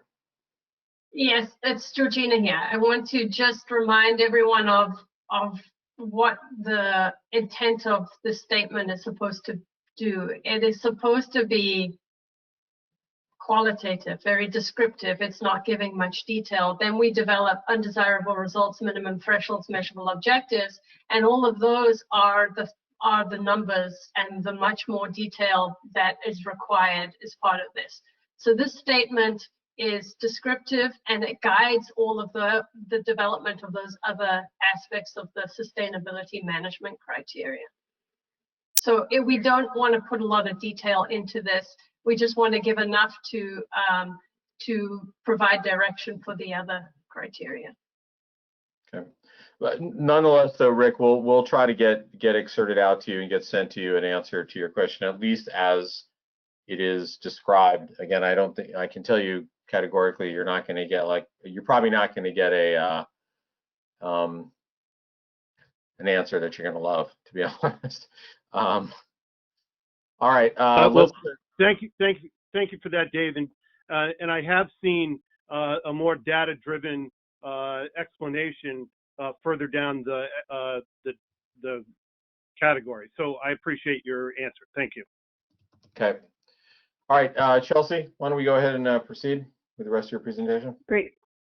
Yeah, thanks everyone for your input. And if you want to follow up with email, we'll take any other input. And that's, also to say if you have any components of this that you like in addition to anything you'd like to see, both types of comments are helpful as we refine the statement. So next we're going to talk about the approach for minimum thresholds. And before we dive in, I just want to remind you that one of the guiding principles, number 10 of the Santa Margarita Groundwater Agency, is that beyond minimum sustainability thresholds and objectives described in the GSP, the Santa Margarita Groundwater Agency will examine possibilities to recover, restore the basin's aquifers and restore tributary base flows to the best extent possible.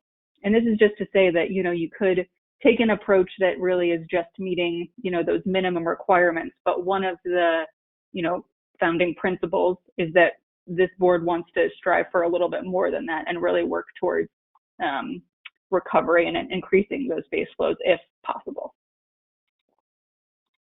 So during the last meeting, we talked about using groundwater level as a proxy.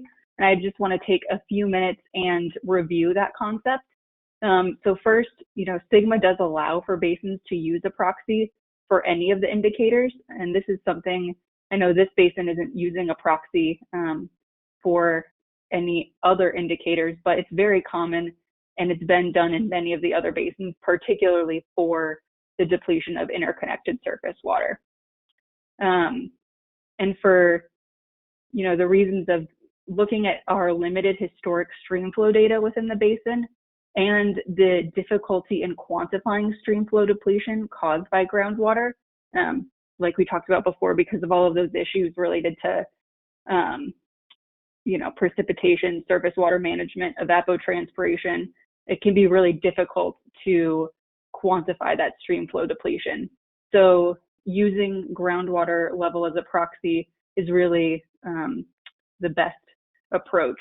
And we'll monitor those groundwater levels within the proximity of GDEs to evaluate how the gradient flow towards the GDE changes over time. So when we have a lowered groundwater level, you have a lower gradient of flow towards the GDE, and that's a lower discharge to the GDE. As a conceptual example here, we have a GDE, a stream, and we can see that we have a pumping well here. And ideally, the way that you monitor using groundwater level is that you have a monitoring well that's in between your pumping well and the GDE. And then let's say we had a groundwater level that's higher here to start. And over time, that groundwater level slowly depletes. And so you can see that we would be able to measure what that change in groundwater level is. So there's a lower gradient and a lower groundwater discharge to the GDE. And that's the basic premise behind, using this as a proxy. I've also shown this slide previously, but just to remind you, so we have a couple of monitoring wells that we can use here. One is in the Quail Hollow area here.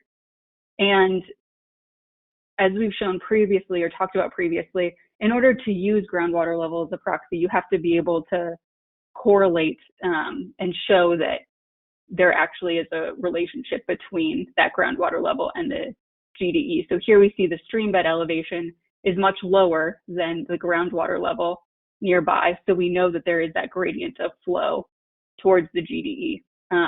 The same thing is true here at SV4. And in both instances, we have an area of pumping where the monitoring well is in between the GDE and the area of pumping. The same is true down here where we have some pumping in the Scotts Valley area. And this monitoring well is in between that area of pumping and the GDE. So in looking at the data,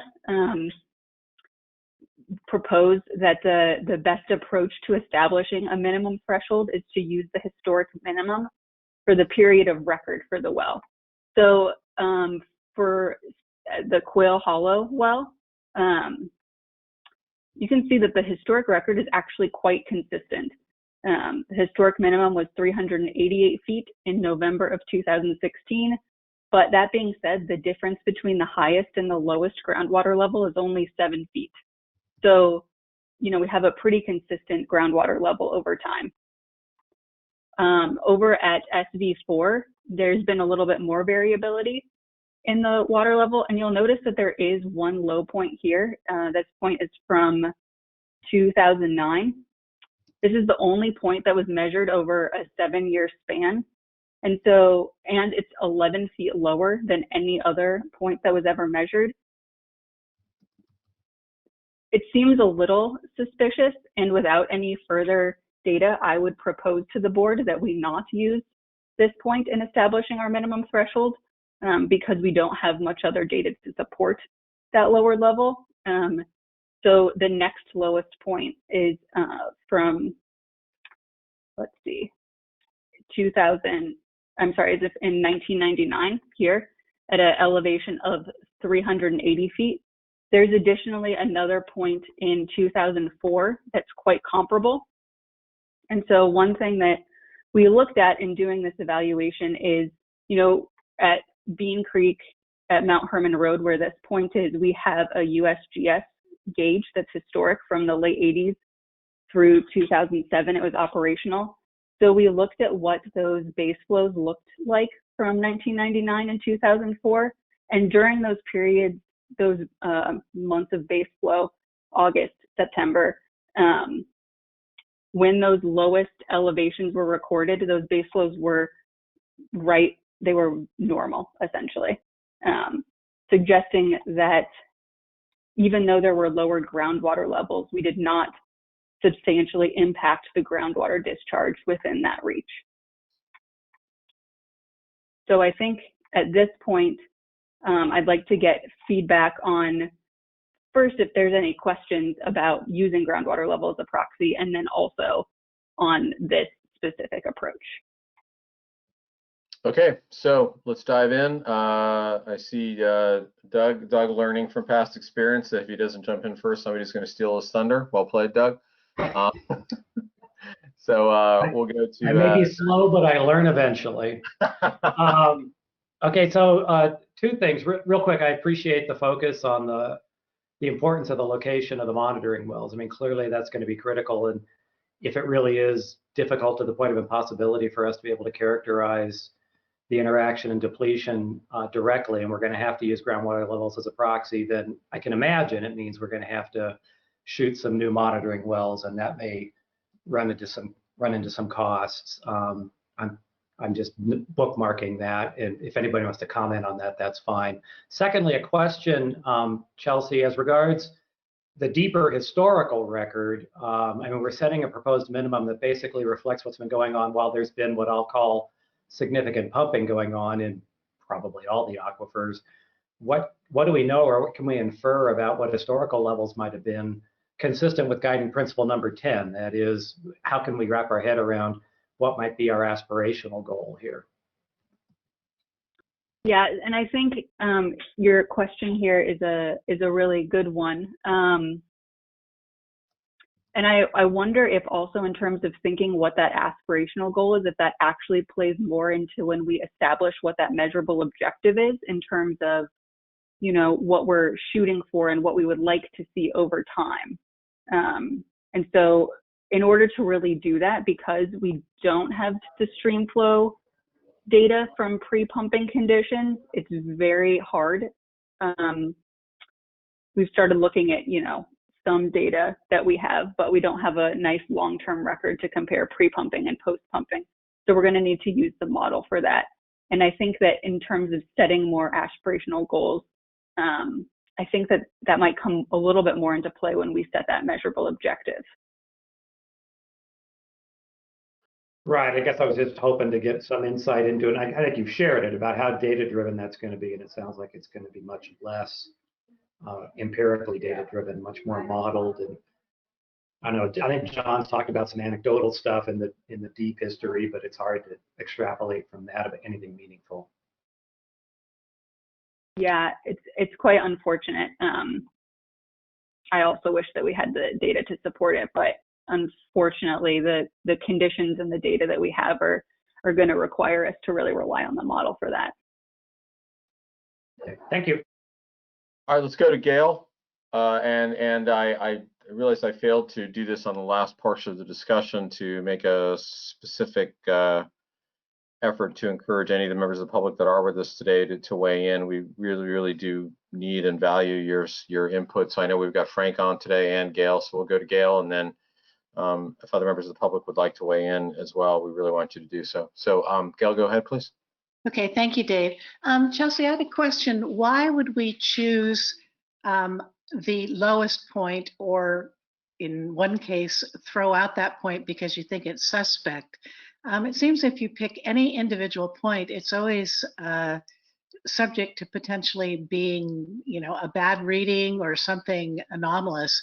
Why wouldn't we take, for example, the 5 lowest measurements in the historic record, take the average, and then set the minimum threshold to be 1 or 2 standard deviations from that average? The thing that I like about that is that way you're not making it look like you're just kind of arbitrarily throwing out certain data because you don't like the look of it.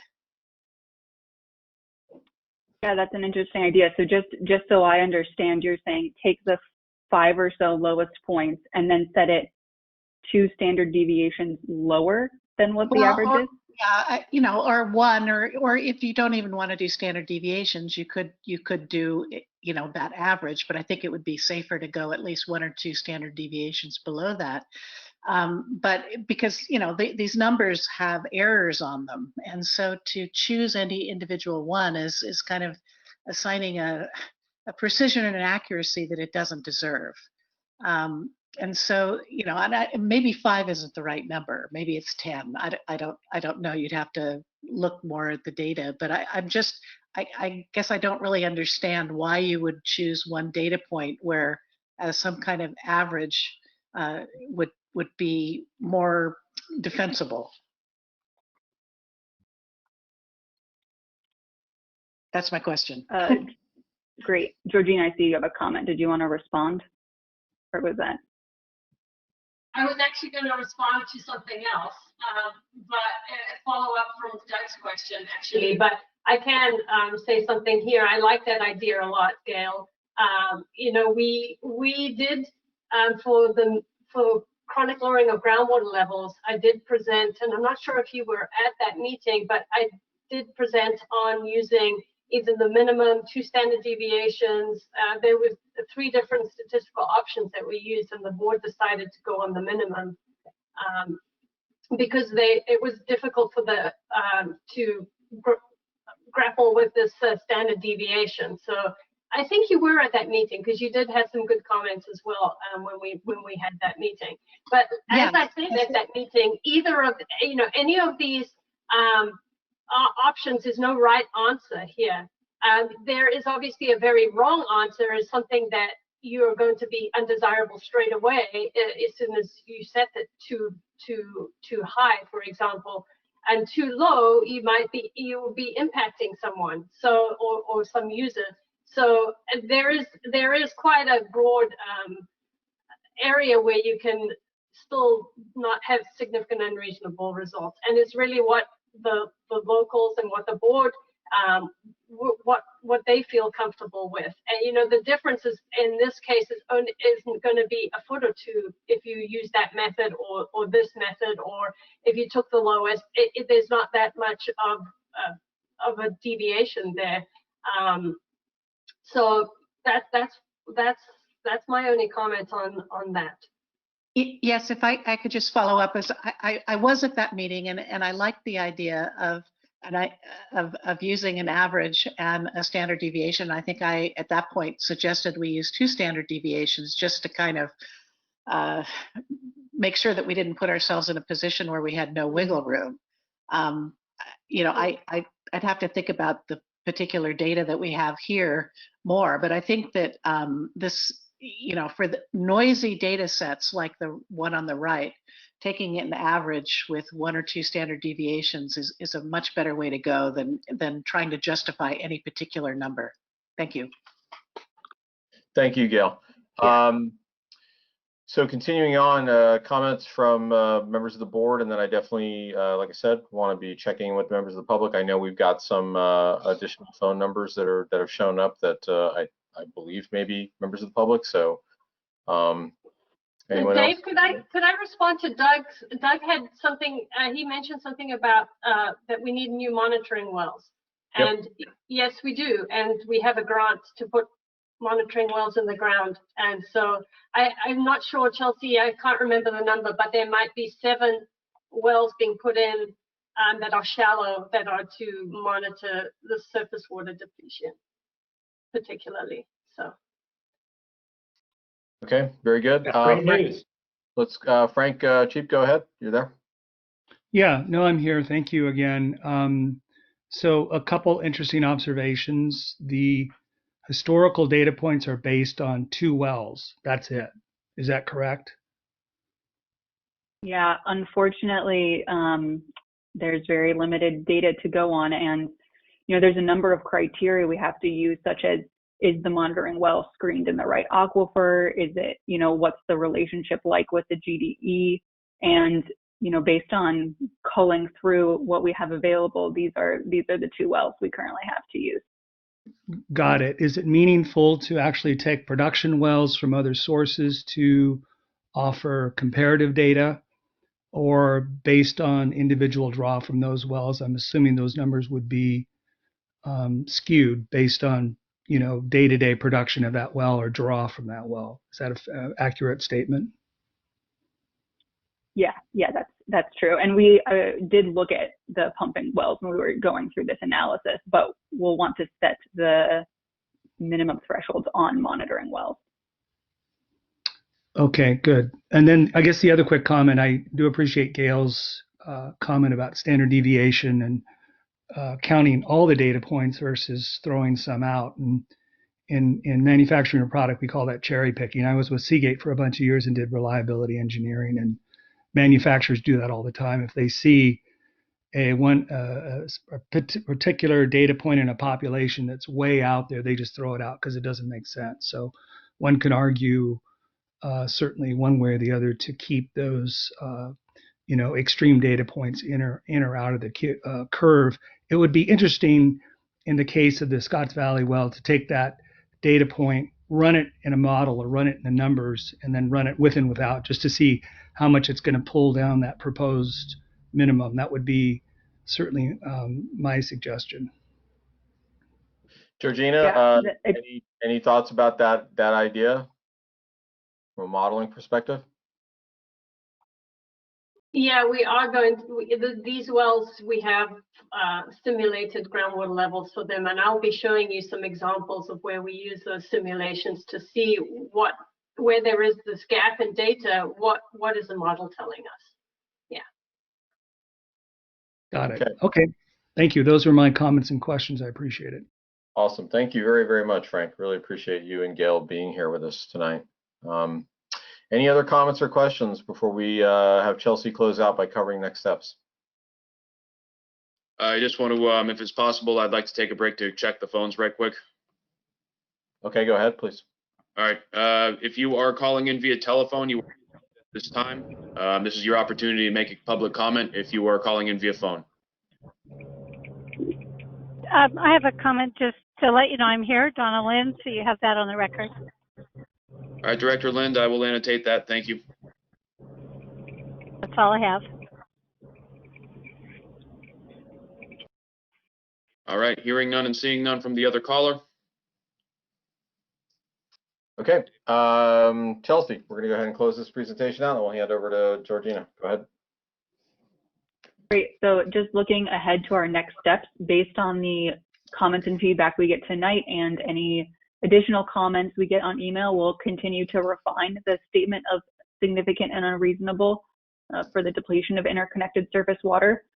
Based on the comments we heard, we'll also, continue to refine that minimum threshold and explore and see if there are other ways to come up with a minimum threshold. We're currently working on developing the undesirable results, and we're also going to work towards setting the measurable objective. And as I recently just mentioned, we're going to have to use the model in order to do this, just because of the limited data that we have available to us. And so with that, if there's any other final comments or questions. Well, I think embedded, just to check in with you, Chelsea, embedded in those last remaining items, because I know that they were already pre-staged in the presentation, would you believe that a couple of those last suggestions from both Gail and Frank are woven in here as potential action items and sort of analytical action items? Yeah, I think based on their comments and feedback, and if anyone has anything additional that they want to follow up with after this meeting, we'll explore some other possibilities for setting those minimum thresholds based on those comments. Okay, and so in that regard, what kind of a time frame do we want to set for getting further email input, as we have done many times in the past? Brett or Nick, do you have any suggestions on target dates? We've been doing 2 weeks commonly, or certainly given all the other conditions going on there. If Chelsea, let me look back to you. If this was a 2-week window, is that functional for balance, or does that start making things too tight? I'm trying to strike that middle ground between you all getting your work done, but obviously being sensitive to the issues that Lois had raised at the outset and about just the impacts that are going on to people right now. I definitely think we can work with 2 weeks. Okay. All right, so we'll aim for email feedback I'm going to say let's have that email feedback be going. Nick, are we normally going directly to consultant staff, or is it going through you these days? I'm sorry, I'm blanking out how we've been handling that. Yeah, no worries. Generally speaking, we ask that it just gets sent to me. I will make sure it's compiled accordingly, and then we send it up from there once we kind of have everything in a coherent stack. Okay, so email input from everybody 2 weeks from today, sent to Nick as your point of contact, and then he will send it out to the consultant team. So with that, any last comments? Oh, Perrette, I'm sorry, go ahead. No, that was my question, that do we have a date by which we are expecting comments?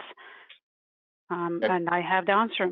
And we, as in the past, what staff will do with all of the comments is we collect the ones received during the board meeting and the ones received after the board meeting within that time frame. We compile them, and those are typically provided in the next board packet as a set of comments for everybody's visibility and transparency.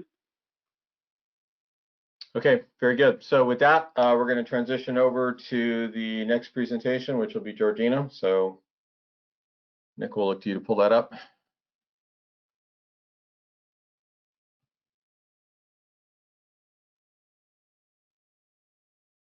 All right, Georgina, you're up.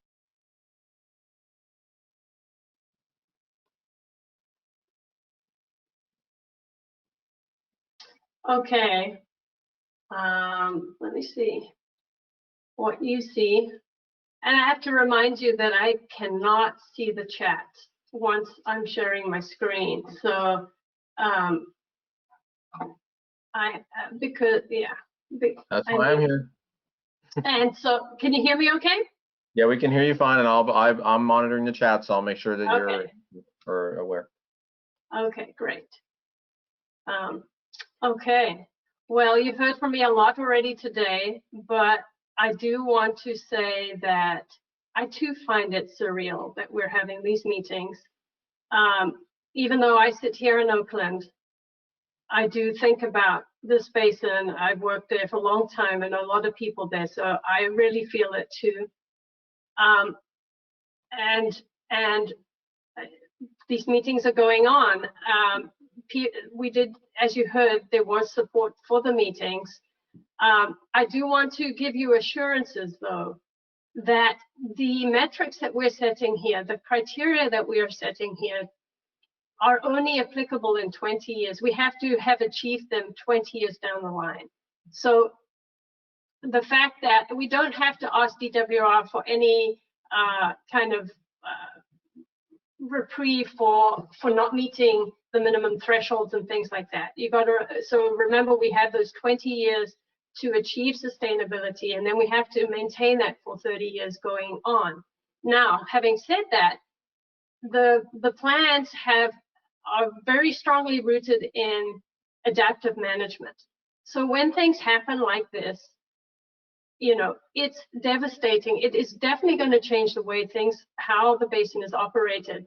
We can make changes, and DWR understands that. And so I want people to be comforted by that, hopefully somewhat, that yes, we're kind of doing the motions here, and we're going forward. We have a deadline we're trying to meet, but our feet are not held to the fire yet. And so we have a long time to do that. And you'll often hear, you've heard me say many times about the iterative process of this GSP development, but also that we have chances to change some of the metrics as we go forward over the next 20 years.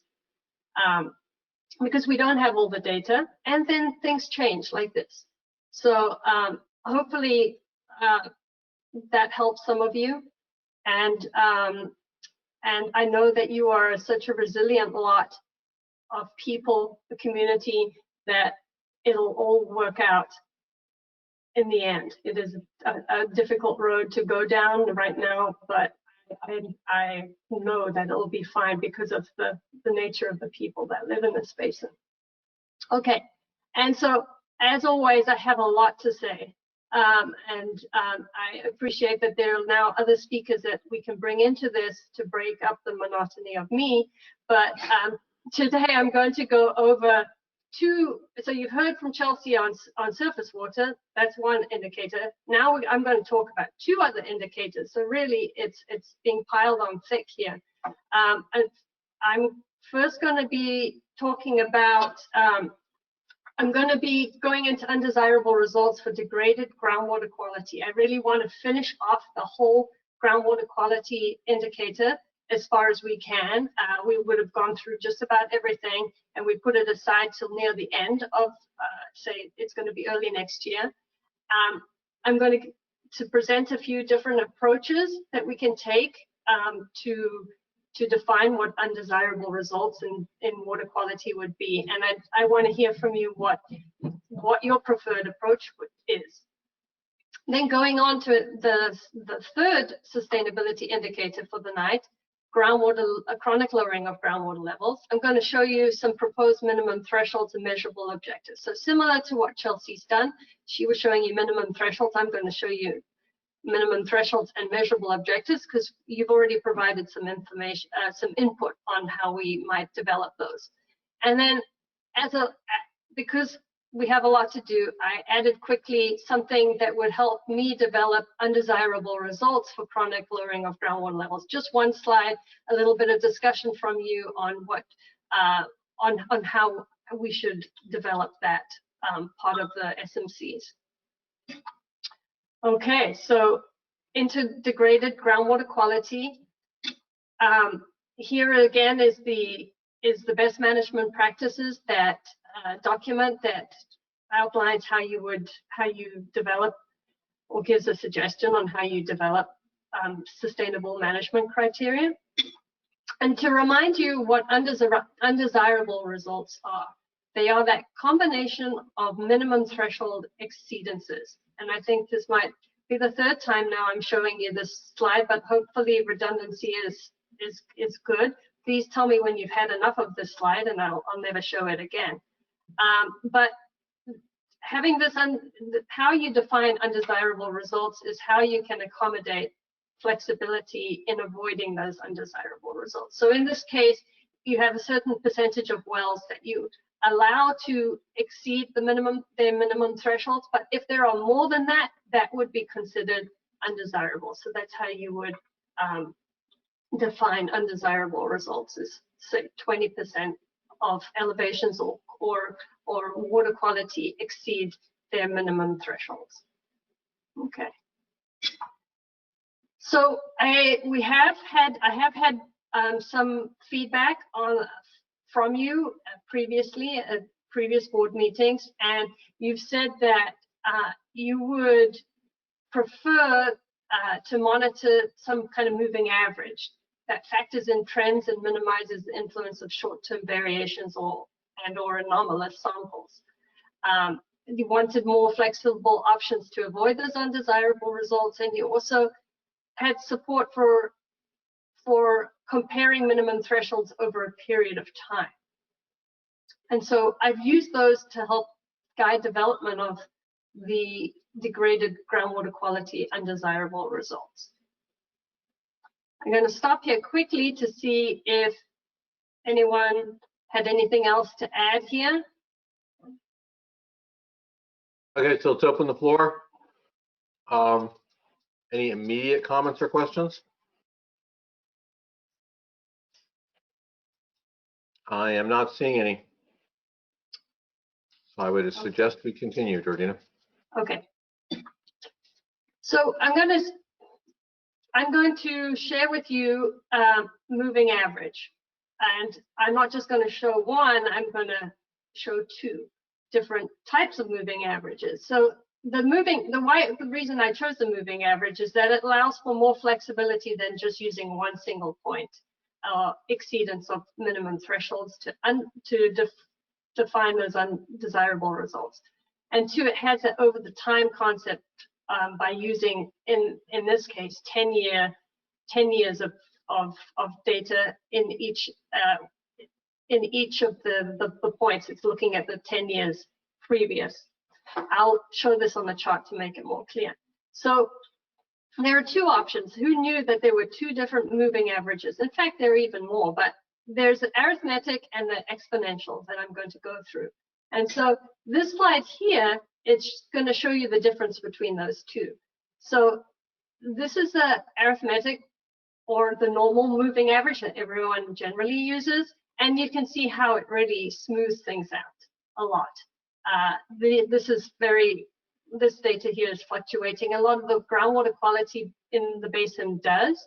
It does nitrates and iron and manganese. They really fluctuate a lot.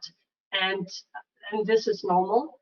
And so this really smooths things out.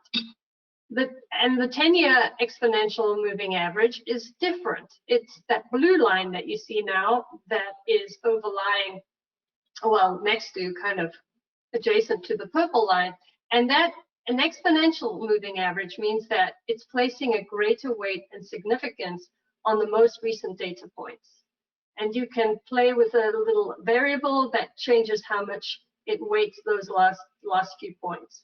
And so this is a 10-year period where you don't have any moving average, because you have to wait 10 years until you get your first data point for the moving average, and so on. And so for each data point, it's taken the previous 10 years data to come up with this moving average point. And why 10-year average is that some of the water quality is only sampled every 3 years, and so then we need at least three data points to average in that period, and that generally falls into the 10-year period. So that's why we choose 10 years. If you had a shorter period, you would get less smoothing. So 10 years is quite smoothed out. But I'm going to show you a number of examples in upcoming slides here that show the difference. This is just a kind of a hypothetical. And what I could do actually first is to show you how what the differences are. So in this case, you see there are 1, 2, 3 data points that go down quite low. The compared to where they were at the beginning of that 4-year period. And the purple line is the normal moving average, and it's higher than the exponential moving average.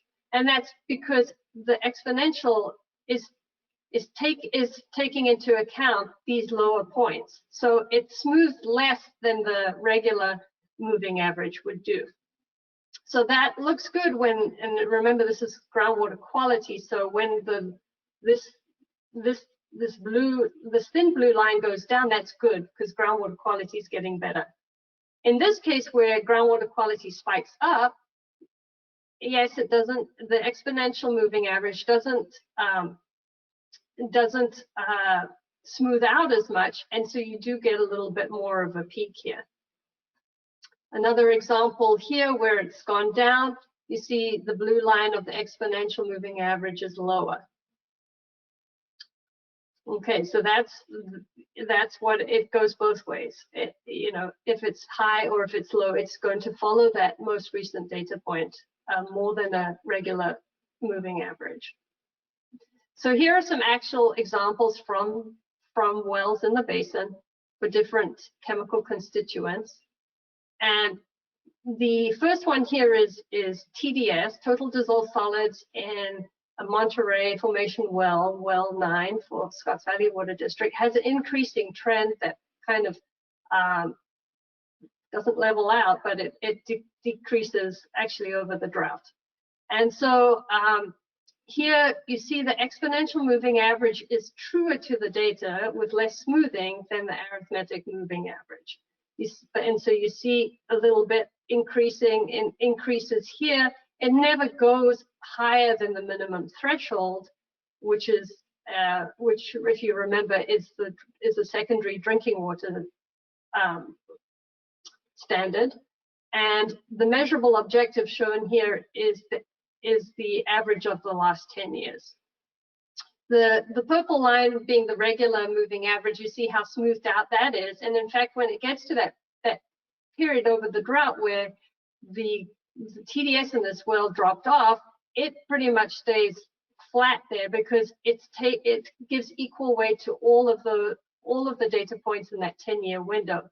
Whereas the exponential, it drops down and is truer to those lower values. Okay, this is nitrate in a Quail Hollow well, and nitrate typically does fluctuate, and this one is no exception. So the results in this example are fairly similar, even though there is greater weight placed on the recent data for the exponential moving average. In the end, you see they end up pretty similar. But the blue line of the exponential, you can see it respond to the most recent data points. And here's a well with arsenic in a downward trend. This is in a Scotts Valley Water District well. And again, the exponential moving average more quickly responds to the non-detects. So non-detects are these squares, hard to see them as squares, but they are down here where the laboratory did not detect arsenic using the method that they were using for measuring the concentrations. And so the moving average more quickly goes down to non-detect level, whereas the regular moving average did not. But then again, you know, when there were the spikes, you did see them rise up, but in the end, they ended around the same. So I think you get a good idea of the differences between those two. And the next slide, I'm asking you a question: which do you prefer? out of those two, just your thoughts. Again, there's no right answer. And to summarize the pros and cons of that, the arithmetic, the normal moving average, really smooths out the data more, including those spikes. The cons of that is that there's equal weight for all points in the 10-year averaging period. So if there are improved concentrations, they're not taken into account as quickly as the exponential moving average. With the exponential moving average, pros of that is that there is that more weight on recent data, so it can bring the average down closer to those low values. But this works both ways. So the con is that if there is a higher average when there is a spike that goes upwards. So that is the two different methods that I looked at, and I'm interested to hear what you think of those. Okay, the floor is open. Dale. Thanks, Georgina. That was very helpful. I know moving averages as they relate to the stock market, so this was very, I was waiting to hear you. Hey, Dale, we're losing you. You may need to kind of be moving in closer to the mic or something. Georgina, I just wanted to say I'm in support of the exponential moving average due to the fact that it's closer to the data and supports the data closer. All right, thank you. Other comments and/or questions? We certainly you can weigh in with further questions to Georgina before you come in with an opinion. We'll go to Gail and then to Jack. Yes, Georgina, I also want to express my preference for the exponential moving average. And I think the reason that's important to do when we're talking about contaminants and water quality is you really want to be able to detect, if you've got a spike in arsenic or some other bad thing and act on that. And I think the exponential moving average, because it sort of gives like 20% of the averages given to the last year, really emphasizes what's happening in the now. If we're talking about other kinds of things like groundwater levels, maybe not so much, but when we're talking about people's health, we want to really jump on it. And that's why I think the exponential is a better choice. Thank you. Thank you, Gail. Jack, go ahead. Yeah, I prefer the arithmetic moving average. I like taking the volatility out of there, what the presentation and the comparison. It seems like it gives us more flexibility, and we're not forced to be responding in short periods of time. I like taking the longer view. That said, I'm assuming we still would have access to each individual reading, and if there were an issue, I assume we would know that. That would be brought to our attention. So if there were something we need to respond to, we'd still have the ability to do that. Is that true?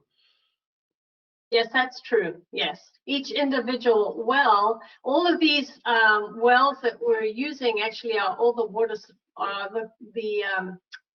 public water supply wells, because they're the only ones that have the data historically and are regularly testing their water quality.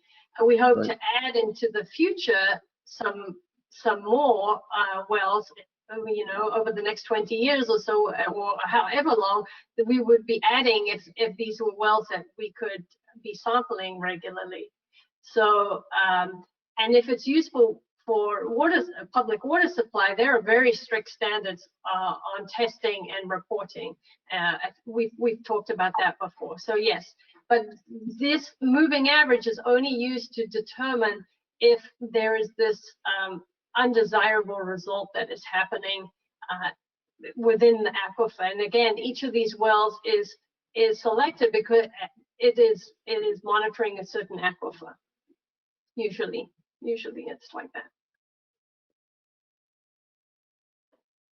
Okay, continuing on, we've got Chris. Chris, the only thing Chris wants to say is Chris, so that's, Hey, we'll go Chris, Ruth, and then Eden. Go ahead, Chris. I like the arithmetic also because, yeah, as far as anything that pops up in a municipal well, the water agency takes care of that. This agency really isn't looking at that kind of thing. We're looking at more of the long term. So individual immediate fluctuations aren't what we're about. The individual water agencies will take care of that. Okay. Let's go to Ruth, Eden, and Doug, and then we got to get cracking because Georgina's got about 17 more slides here, and we are less than a half an hour away of being done. Go ahead. Well, in that case, like Chris said, we'll get after it if we start seeing contaminants increase, and I like getting the noise out of it with the arithmetic measure average. Okay, thank you. Eden, and then Doug. Is it ever done, and is there any wisdom in calculating both and averaging the two?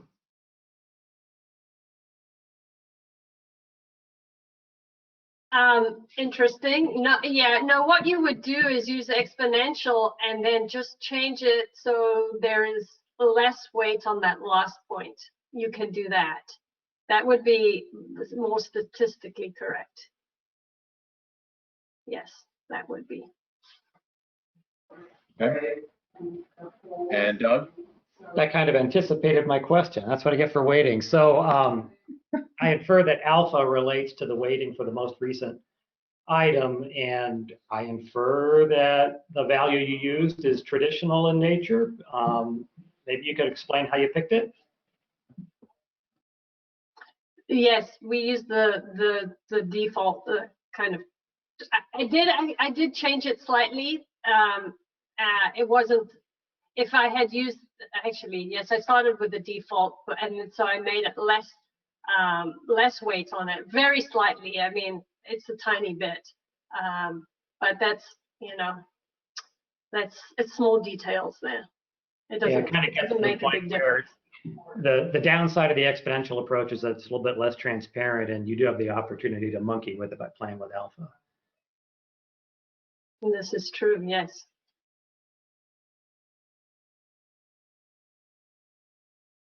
So Doug, what is your preferred?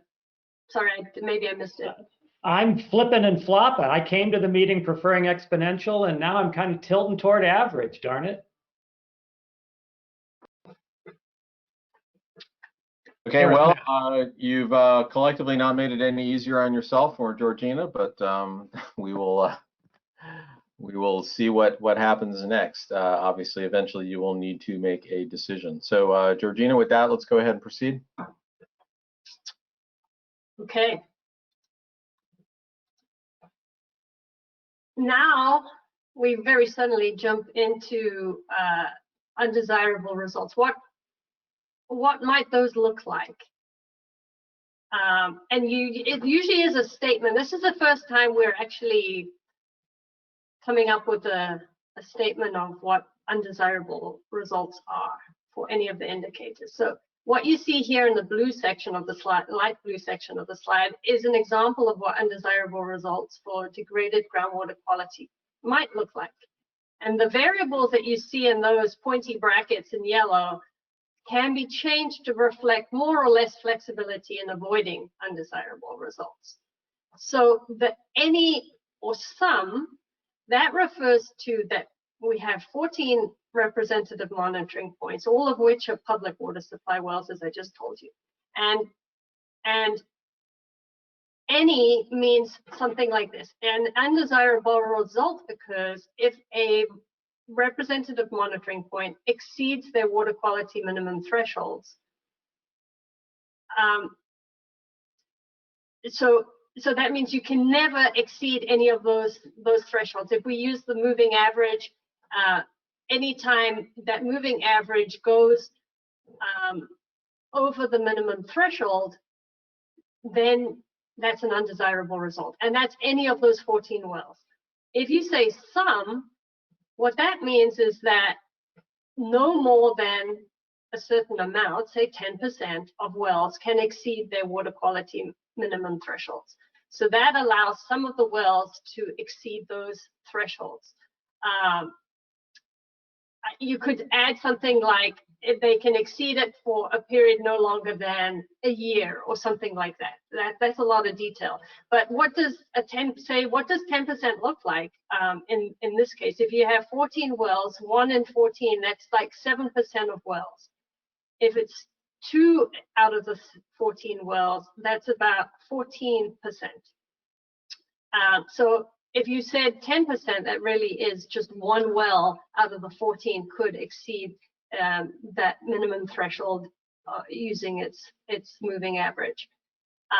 It's, as I said before, it's expected that the number of the monitoring wells with these metrics will increase over the next 20 years. And then, so if you had 10%, well, then that would be more than 1 of the wells out of all of those representative wells could be exceeding its minimum thresholds.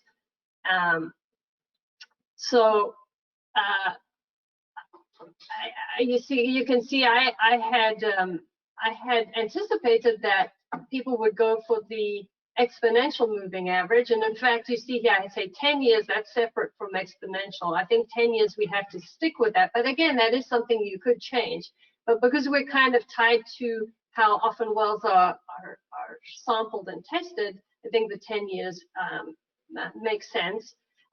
We can change this exponential to the normal moving average, and then and we've kind of heard from you on that. But what I'm interested in hearing from you now is if you think not any of these wells can exceed, or if we can allow some wells to exceed, and if there's a time period you might want to set to that, or if you think this is baloney and there's something better that you could come up with. I'm interested to hear that too. I'm personally interested in hearing one of the board members say they think it's baloney. You know, coming from another country, that's not a word I ever used, and I'm so excited to have used it for the first time in my life. Well, we American citizens are very happy to have obliged you. Okay, so feedback, thoughts, responses. Doug? There we go. Sure, you betcha. God hates a coward. So I guess I'm going to continue to be a two-handed lawyer or two-handed board member here. And with the arithmetic moving average, there's already ample smoothing. So I don't think we need to I wouldn't necessarily feel like I would need to widen the time iris in order to accommodate a longer exceedance period. My starting point is any, and I guess my fallback would be 10%, so that's basically any at this point. If we were to end up on exponential moving averages, then I think I'd want to widen that exceedance iris to maybe 2 consecutive years, just because the exponential is so responsive. I'd hate to see us incur a lot of angst for something that may be relatively transitory, mindful that anything that's dangerous we're going to have caught otherwise as regards these quality indicators. Okay, other feedback? And again, members of the public, we certainly encourage you all, Gail, Frank, we certainly encourage you to weigh in should you have any comments. Okay, seeing none. Here we go. Gail and then Zach. Go ahead, Gail. Yes, I was just going to say in terms of the any sum, I think you want to make a large enough percentage there that if one well went bad on you, that it didn't trigger a declaration of undesirable results for the whole basin. And I think Georgina kind of laid out the problem that if you don't have a lot of wells, 10% could basically be one well. So I guess I would advocate something on the order of 20% of the monitoring wells, so that you don't just get one fluky thing that throws the whole basin into undesirable results. Thank you. Okay, interesting point. definitely. Jack, go ahead. Yes, I was thinking something similar about 20%. Is the 14, it sounds like there are 14 sites, wells that we would be monitoring. Is that likely to change, or is that going to stay? I guess anything could change, but do we have any reason to think that the 14 is going to change in number? Yes, it's definitely going to change. Agencies are going to add new wells, and there could be some other monitoring wells that are right now monitoring wells. They don't have their groundwater quality tested, and so, but we could do that. And a lot of the reason is that they're so small, they can't get a pump down them. But there could be new wells put in that we're able to sample more readily. So yes, if we do get that, we should definitely include them as representative monitoring points. Also, another way we will probably increase the number is that with the projects and management, the projects that get put in, a lot of them will have associated monitoring wells with them, and some of those will become representative monitoring points as well. Okay, thank you. Okay, let's go to Ruth, please. Ruth, I apologize. I jumped over you when I went to Gail. My apologies. Well, Gail had some good comments that I liked her input. My main point is that we should use, if we use a number, we should use a number or a percentage, whichever is smaller, to allow for growth of the number of monitoring wells. Okay, thank you. Dale? Yeah, I'm still trying to wrap my head around this. And looking at it from a operational standpoint too. Georgina, are these the production wells that are going to be monitored for quality and not the monitoring wells? Is that correct? Yeah, it's the production wells, yes. And then I'm assuming that there are, out of all the production wells, say there's 2 or 3 from each agency. They're not. How are they spread around? No, it's every single one, because it's every single one. Right. So they're spread around and in different aquifers. And so I'm just trying to think of how this works, where you have, say one well that's in, a deep aquifer is triggered by something that it exceeds a monitoring or exceeds a level, but the other wells, in the higher aquifers, they're not affected. So how do we look at it from the 3 different aquifer levels, as opposed, as wells are in different aquifers, they're in different places of the basin, and just from my operational standpoint, if I have a well that, say, it's exceeded iron, I can turn that well off. I can continue to run my other well, figure out what's going on, and mitigate it and get it back to where I'm now, within standards, and then put that well back in production. So just figure out how. So I'm leaning towards some, because there seems to be some flexibility, built in operating wells and keeping in compliance. So. Right. Now, I got to remind you all again, and often I have to remind myself the same thing, that this sustainability indicator is a do no harm one. So if there is already existing problems with iron, it's a known problem. It's already there, including nitrate, which it has been there for decades. This has to be, it's only undesirable if it's caused by GSP implementation. We can't manage something that's naturally occurring. The only control the GSA has is over its projects and management actions. And iron, for example, is very dependent on how well it's operated. That's all got to do with oxidation of iron and manganese and even arsenic.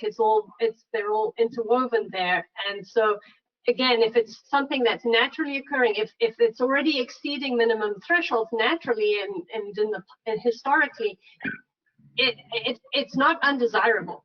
It has to. It's only undesirable if it happens because of a project or management action. That's helpful. Thank you. Okay, thanks. You're welcome. All right, any further comments at this time on this set of questions? If we could jump to the phones real quick, Dave, just because I don't think we've done that yet. Absolutely. All right. If you are calling in via telephone, you are muted at this time. If you have any questions or comments regarding this part of the presentation. None from Donna. All righty. Okay, so Donna is caller 5. That should cover that. Okay, Georgina, proceed, please. Okay, before I do, Dave, I think Nick told me we have a bit longer than you think. Yeah, we do. I was focusing on 8 o'clock, and we have till 8:30. Okay, well, 8:25. Yes, I will go to 8:25 or sooner, hopefully. Okay. Okay, I have some guidance here. And again, like I said, we can revisit this in a few months.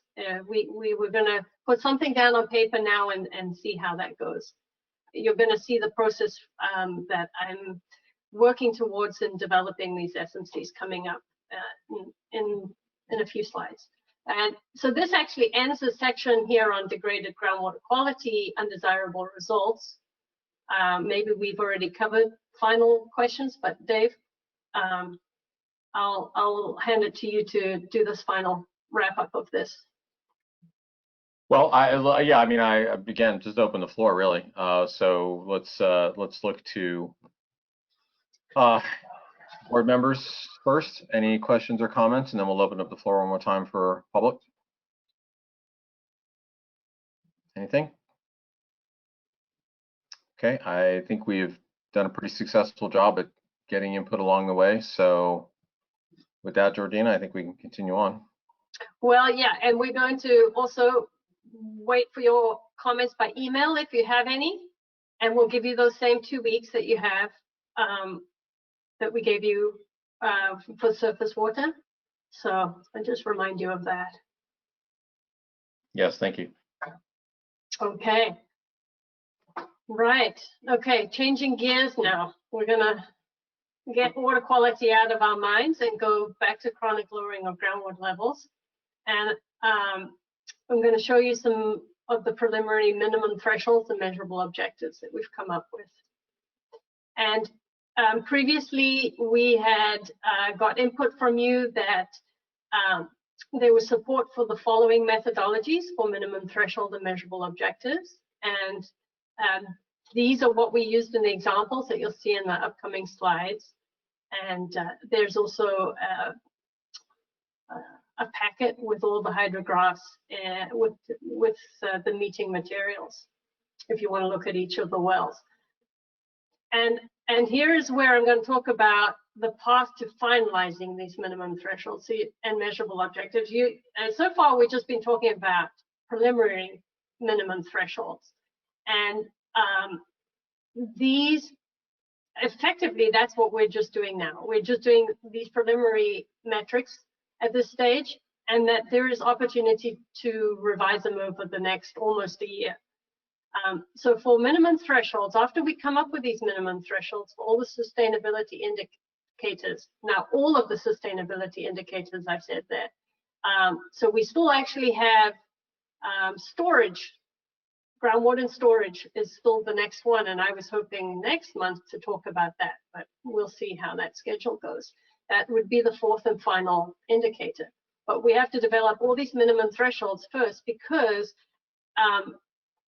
we need to check that there are no conflicts with those minimum, say with groundwater quality, say not quality, but any of the groundwater level related ones. So if we set a minimum threshold for chronic lowering of groundwater levels in a set of wells, if the groundwater levels went to that level, would we affect, say, surface water proxy groundwater levels from being achieved. You can't have these conflicts, so we have to revise. And if you remember the spiral diagram here we've got initial design, refine, and final design. So this is the iteration that is happening here. And we're going to use the model to determine if these conflicts are happening. We're going to use a predictive model that goes 20 years in the future plus another 30 years to see, given all the assumptions that we put in, are we able to avoid all these undesirable results and minimum thresholds that we've set. And then when it comes to measurable objectives, we are developing for this indicator measurable objectives that use recent groundwater levels.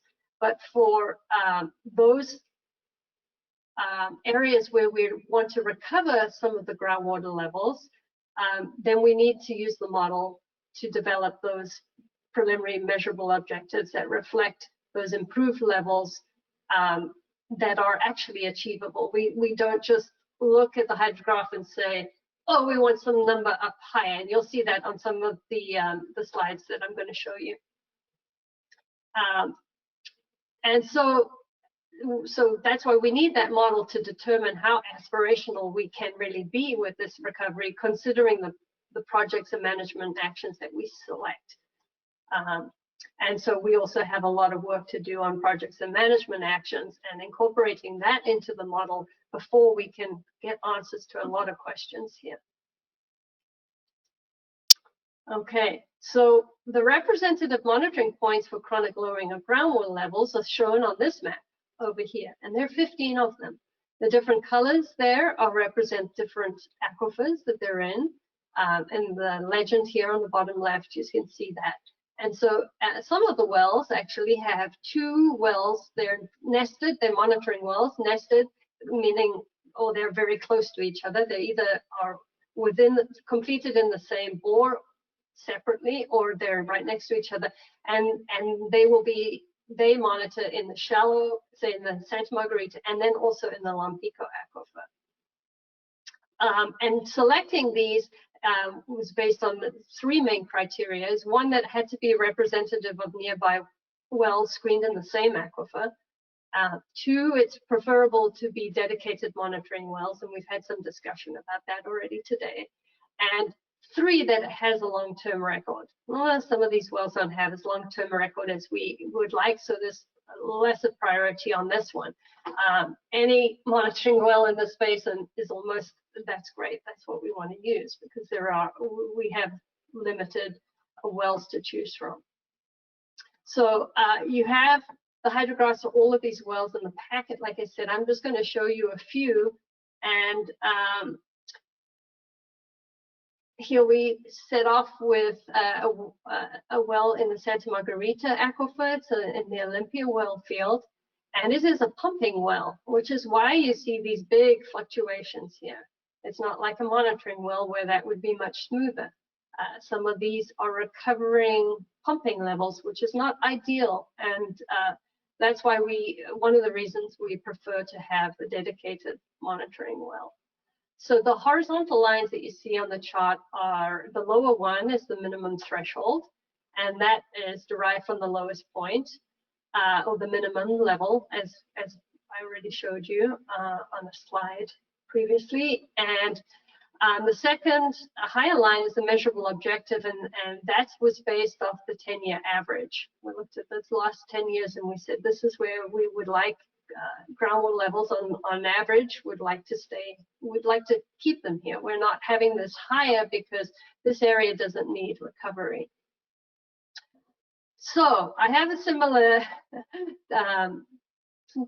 things to talk about here, and this minimum value here I do question because this is a pumping well and it looks like the only one that is down there. It is in a kind of a dry period, but it's not it could very well, and in groundwater levels it is quite easy to get the wrong levels.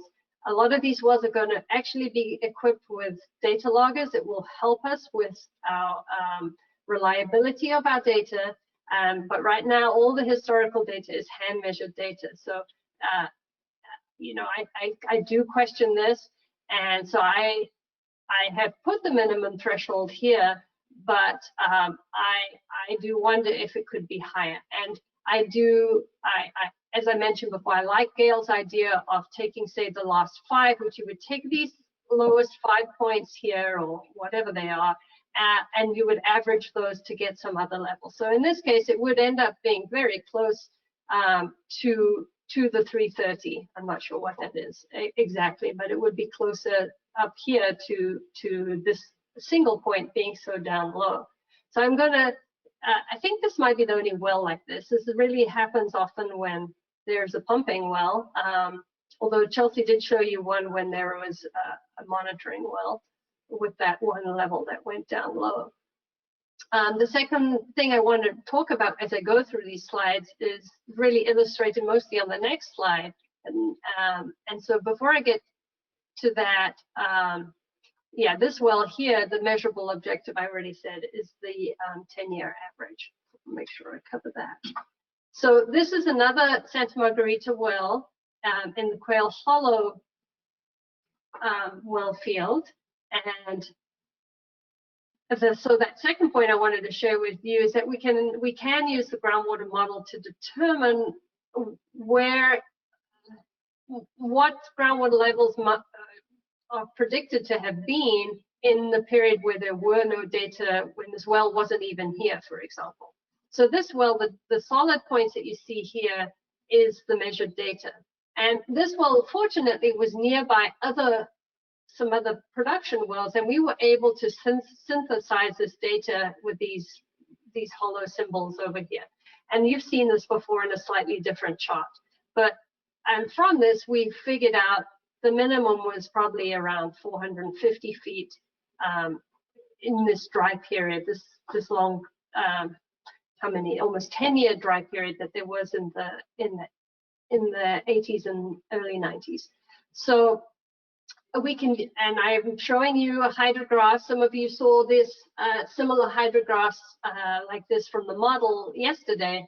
This looks very different to this because the vertical scale is different. So I apologize for that. But what it's showing you, the blue line is what the model's predicting, right? So it is also predicting at 450, that was the minimum. So if we use this as the minimum, I'm quite confident with our synthetic data and so also of the model in this area, because we do match it very well. The model matches the measured data very well in this area. I don't think Cameron showed you this yesterday. He really pointed out the problems, but there are plenty of places. I wish he had showed more places where it was good, and this is an example of where it is good. So, you know, that's the other thing you're going to, this is another tool we have, and that was what I was saying about some of those wells that Chelsea had mentioned. We can use the model to see if we've matched the measured data well, we have some good confidence of the data previous to the measured data. So that's another way that the model can be used looking backwards. And I keep talking also about the predictive part, the 50 years into the future. And so if we do a good job calibrating to what we know, we will have a greater confidence in what the future is.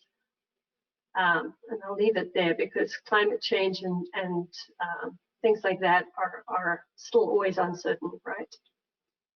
Okay, the next slide is a Lompico aquifer well in the Pacintempo area. And here, again, I have some model data.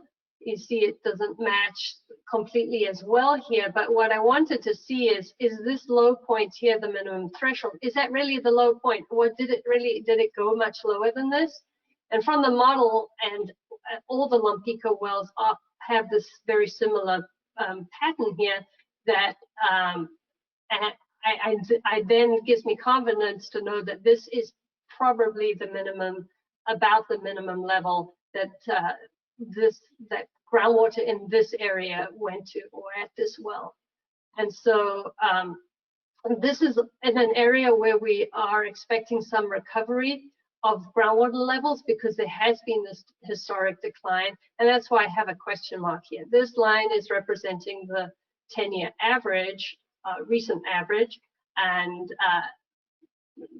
we would like to have this level up higher. And so we need to use that predictive model, making sure recovery in this area is possible given potential projects and management actions. And also important in this area, it's right next to Hansen Quarry. The groundwater level underneath Hansen Quarry is less than 50 feet below it. And if there was recovery in the Santa Margarita in this area, there is a very good potential that that quarry would flood, and that has implications as well. So, so that's why we need the model to figure that out. Okay, here is another Lompico well, the famous. Well, no, this isn't the famous one, but this is another good example to show you where that big drop happened, and it probably, you know, it started even beyond that. I don't have the model data on this, but again, here this is an area where we want some recovery. And this minimum level, yeah, this is probably the minimum level for this well. It is a monitoring well, and it is probably right here. It wasn't lower at any other time, like I said before. This is where the decline started. So I'm confident with that one. Here's one with a short period of record, and it does have some model data here. And this data point, the model showing that doesn't look right. And you know, even before we had the model, I would have said that didn't look great. So, and the minimum level, how does that look? Is it, if you look at the model data, yeah, probably around 400, 407 in this case is probably, yes, that would probably be the minimum level. It doesn't fluctuate terribly much as well. So that's how I'm thinking that these minimum thresholds and measurable objectives would be developed. And I think hopefully this is the last example of this. This is another Lompico well, and again, there's going to be some recovery where that is. I'm not sure. The minimum threshold is its minimum level here. This is a pumping well again, so you know there is, you know, some of these data. Again, we could possibly use those last five lowest records and average them, or do a standard deviation on them, something like that. Generally, it's going to be very close to this, to down here at 285 feet or something like that. Okay. You've actually got one more hydrograph to go, I believe. Oh, one more. This is, yes, this one. This is a baloney well to me. Sorry, but this one this is a well that screened over 2 aquifers. So the data that we're getting here is it's not for one aquifer or the other. It's a kind of a combined groundwater level, and it's right next to pumping wells. So the data that you're seeing here is clearly influenced by pumping, and so this is Lompico and Butano, but we have so few monitoring wells in the Butano that we have to use that. We are hoping, as part of the grant funding that we have, to put in new monitoring wells, to put in a dedicated Butano monitoring well and Lompico monitoring well in this area. So hopefully we can maybe even convert this well to a dedicated monitoring well for just one of those aquifers. So, but you know, the same thing applies. This is an area that needs some recovery, so the measurable objective is going to be some level higher, I would think, and we need the model to do that. Okay, and that's where we end there. I'm going to leave on this slide just it's nicer to look at than the other, but to find out if there are any opinions, any comments, questions on what you see here on how we've put our minimum thresholds and measurable objectives together so far. Okay, opening the floor. Ruth, you had yourself in the queue and then pulled yourself back out. Do you want to come back into queue and cover what question you have? No, she explained it. All right. Okay, other comments or questions? I know that was a lot. and it's getting late in the evening, but as always, we need the feedback. So anything? Go back to luck hating a coward, huh, Dave? So I'll jump in. Well, I appreciate the approach, and I definitely appreciate staff pushing on the measurable objective within bounds of practicability. And it was certainly helpful to be reminded how close we are to the bottom of the Hansen quarry and what some of the undesirable outcomes could be there that are, should we actually do too good a job. So appreciate all that. I guess the only other comment I would make, and I think this can be framed as we develop our language around these objectives and thresholds, is that we think about providing parameters within which PMAs that might be related to aquifer storage and recovery can function during a drought period. And I think that would also probably affect, anybody who's taking groundwater during a drought period, that we give ourselves an opportunity to recover before we blow the whistle. Okay. Other comments from either the board or members of the public again? Okay, Georgina, let's take it home. Okay, great. Again, we have, did you ask the public yet, Dave? I did just Okay. now, yes. And as a reminder, of course, in case Georgina wasn't going to just do that, we are looking at the same 2-week window of time to get your feedback via email. So you certainly have window to do that as well. So Georgina, go ahead. Okay. This is just one slide, and it really, don't worry about the bullet points, but I was wondering if the input that has been provided on undesirable results, because I'm now looking towards undesirable results for chronic lowering of groundwater levels. And so what Doug just mentioned in his last comment plays bearing on this. How it's not the absolute groundwater level cannot exceed the minimum thresholds. Again, we have to have this undesirable result, which is a description of the metrics or the combination of minimum threshold exceedances of groundwater levels. So we are going to have to run the model to figure out if there is aquifer storage and recovery in the basin, what that buffer is that you need to operate that system. And so when we set some of these minimum thresholds and the undesirable results, we're going to have to figure out, we might have to adjust some of this language that we're coming up with now to account for that. But the moving average, is that something that you would go for with the chronic lowering of groundwater levels? Or would you want maybe you need to ask yourself, if a single low level is undesirable, then that moving average is not a good metric. But I have the feeling that people would like a little bit more flexibility.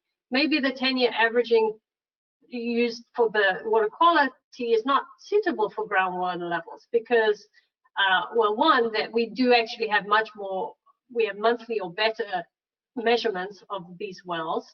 And again, there'll be data loggers, so we'll have continuous records, hopefully, for most of them. And so maybe a 5-year moving average would, or less, might be better. So, these are things I'm starting to think about. It is late, like Dave said. I'm not sure people have capacity to give any input on this, but this is the last slide that I have and the last thing I wanted to talk to you about. So if you have anything that you could share with us, I'd appreciate that.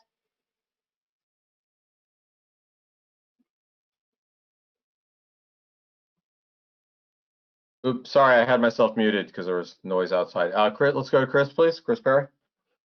I like the idea of moving average 5 or 10. A single incident is not really average. 5 or 10 incident is not really what we're looking for. We're looking for a trend, a pattern.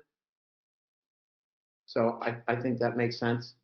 Yeah, Okay, and so thank you. for this again, you know, if we're going to use a moving average, it sounds like from what I heard, the arithmetic moving average for this would probably be better than the exponential. That's another thing you could chime in on. I agree. You were asking Chris to expand on that, Georgina, is that right? No, I just, you know. Okay. And I would agree with that. I'll agree with that. Okay. All right, let's go to Ruth and then Tom from DWR. I would say either a 10-year exponential moving average or a 5-year arithmetic moving average, but I definitely want to have the more recent years represented more strongly in this issue because it's important to act when we start seeing the lowering of levels.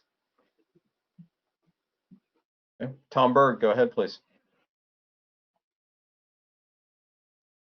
I have to remember to unmute myself. Georgina, I just wanted to mention something to you in the group. I have no specific guidance other than what's in our document. However, during our discussions on current reviews with some of the GSPs that already have been turned in, the question comes up when you use things like a percentage or averages. Let's say 5% of the wells are low for 2 consecutive readings. The question keeps arising, how do you compare those 5%? Is it the same well a certain percentage of times? Is it 2 wells side by side?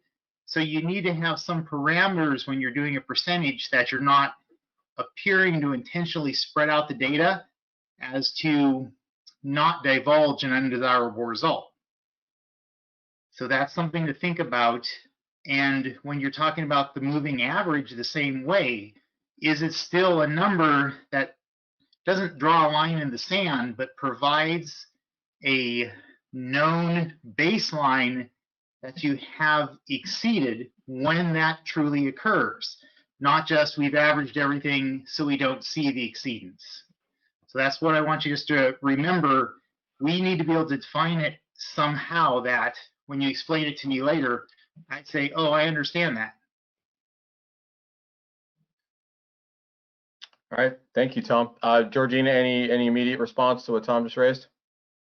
No, I probably will need to follow up with him a little bit more. Okay, Jack, go ahead. Yeah, I resonate somewhat with what Ruth was saying about I actually like the 5-year moving arithmetic average, and I like 5 years because I want to make sure that we are able to clearly see a trend that's dealing with water, water level. I want to make sure our groundwater stays at a decent level. And so I think the 5-year moving average would help us a little bit in that direction. Okay, thank you. Any further comments? And again, members of the public, please feel free to weigh in as well. Let's go to Chris and then to Gail. And I would just say, I don't think that if we use a 5 or a 10-year moving average, and it could be by well, not average them all together. I would think it would be an average of each well. So if you have problems cropping up, you know about it. But we'd be monitoring more frequently than that. So we would know if there was a problem building or coming. The averaging, I would think, would just be for the undesirable result situation. But we would know what was going on, whether we did a 5-year or a 10-year moving average as we're moving along, would be my assumption. Correct. All right, thank you. Gail, go ahead. I just wanted to second Jack's idea of 5-year. Gail, can you repeat that again? You were breaking up a bit. Oh, I'm sorry. I just wanted to second Jack's idea of a 5-year arithmetic running average. Okay, thank you. Any other feedback? Okay, Nick, why don't you go ahead and check to the phones one last time? Yeah, you got it. If you're calling in via telephone and you're a member of the public, it looks like we might have somebody. If you're calling in via telephone and you're a member of the public and you have a comment to make on this, now's your time. Hearing none and seeing none. All right, Georgina, we're going to hand it back to you to close this out, and then we'll go back to Chairman Perry. Okay, I'll be short and sweet. Thank you for your participation. I know it's difficult for some of us to concentrate, and I appreciate all the input. Take your time over the next 2 weeks to get us your comments, and I look forward to seeing them. And all the compiled stuff we'll be taking and working on improving things to share with you next time. Thank you. Okay. Chris. Okay, I have thank a you, everybody. question. Thank you. Chris, I have a question. Yes. I think we have one more agenda item. I wasn't headed to adjournment. It's in the same 4.1.3. One more presentation in there. So there is. Thanks for reminding us. I thought I was done. I was going to run away. This is on section 2, which is the plan area and basin setting description of the GSP. And I wanted to quickly, you've seen section 1, which was the introduction, and this is the section. It will be out soon. The fires have prevented some staff from reviewing some sections in time, and it's a very long section, and so it's over 100 pages long, and it's coming your way. But I wanted to quickly tell you what was in it. It's pretty much what the title says. It's a thorough description of the plan area and the basin setting. It's as you, I don't know why this is all. This is like it. We have an executive summary. We've done section 1. You've looked at that. This is section 2. The other sections are sustainable management criteria, which is all the work that we're doing now on the sustainability indicators and the projects and management actions. And then plan implementation is the last section. This is the very broad outline of of this section. It's describing plan area. It describes all the agencies, what they do, where they get their water from, what monitoring and management programs they have, how land use that affects groundwater, how that is set up, and what programs are there in place, like well permits, wellhead protection, all these things that would land use related things that would affect groundwater. And then there's the notice and communication part, which is that would be the Georgina? plan. Yes. Real quick, I did yoink presentation rights from you. I just gave them back. So if you could reshare your screen, please. Yeah, you see that now? Thanks for telling me, Nick. You can see it? Yes. Okay, great. So yeah, so I'm talking about 2.1 in there. There's a lot of different sections. I'm talking about this. The notice and communication is that communication engagement plan that Miller Maxfield was talking about last month. That goes in here, and there's a description of all the beneficial users there as well. So this is everything about the actual area and the jurisdiction and you know, who's involved doing what, including state and the county and city. It's all the way down. Then we get into the basin setting, which you've heard all of this from me pretty much already. Before each indicator, we've gone through the background on each of these indicators, and I got most of that from these sections here. So we describe why the basin has these boundaries. We talk about climate, temperature, and precipitation. We go into the hydrologic conceptual model about all the different layers and how they relate to each other, where groundwater is, where it isn't. We look at the current historical groundwater conditions, and this is groundwater levels and groundwater quality. We're looking at where the GDEs are. All of that is folded in here. All the geology is described. Let's see, what else did we describe land subsidence as being non-existent. Really, anyway, there's a map in here you might find interesting. Then we describe interconnected surface waters. You'll see some sections have a yellow highlight, and that they are, there's a note in that yellow highlighted section to say we're waiting for data from the model or something like that. And then there's actually the water budget also comes into this section, but we haven't at all written that because that 100% relies on the model. So, and sustainable yield.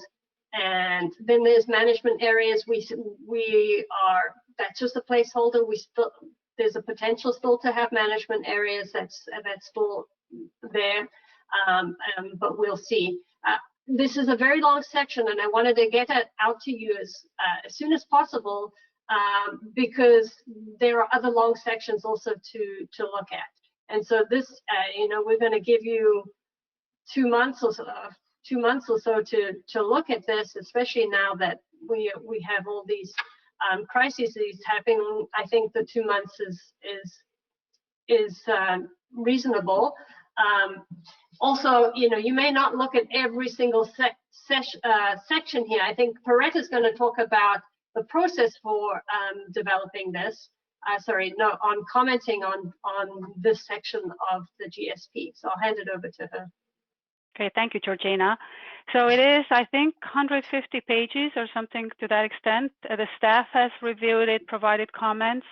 And as Georgina mentioned, we want to be mindful of it's a heavy read. But another thing to keep in mind for the board is we do have a smaller group of editorial reviewers, and their responsibility is going to be truly going down and looking at the typos and grammar and any inconsistencies.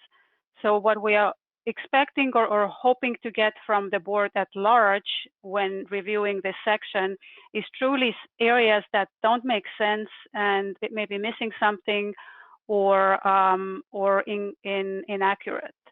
So kind of keep that in mind as you're going through it. And if you could, so Georgina, from your standpoint, you said 2 months works?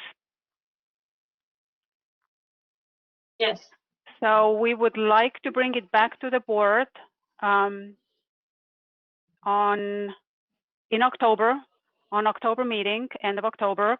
So if you could get all of the comments that you have to the staff. I'm now thinking we need at least 2 weeks prior to compile them and get them included in the board packet. Georgina, is that okay if we give the board full 2 months and then?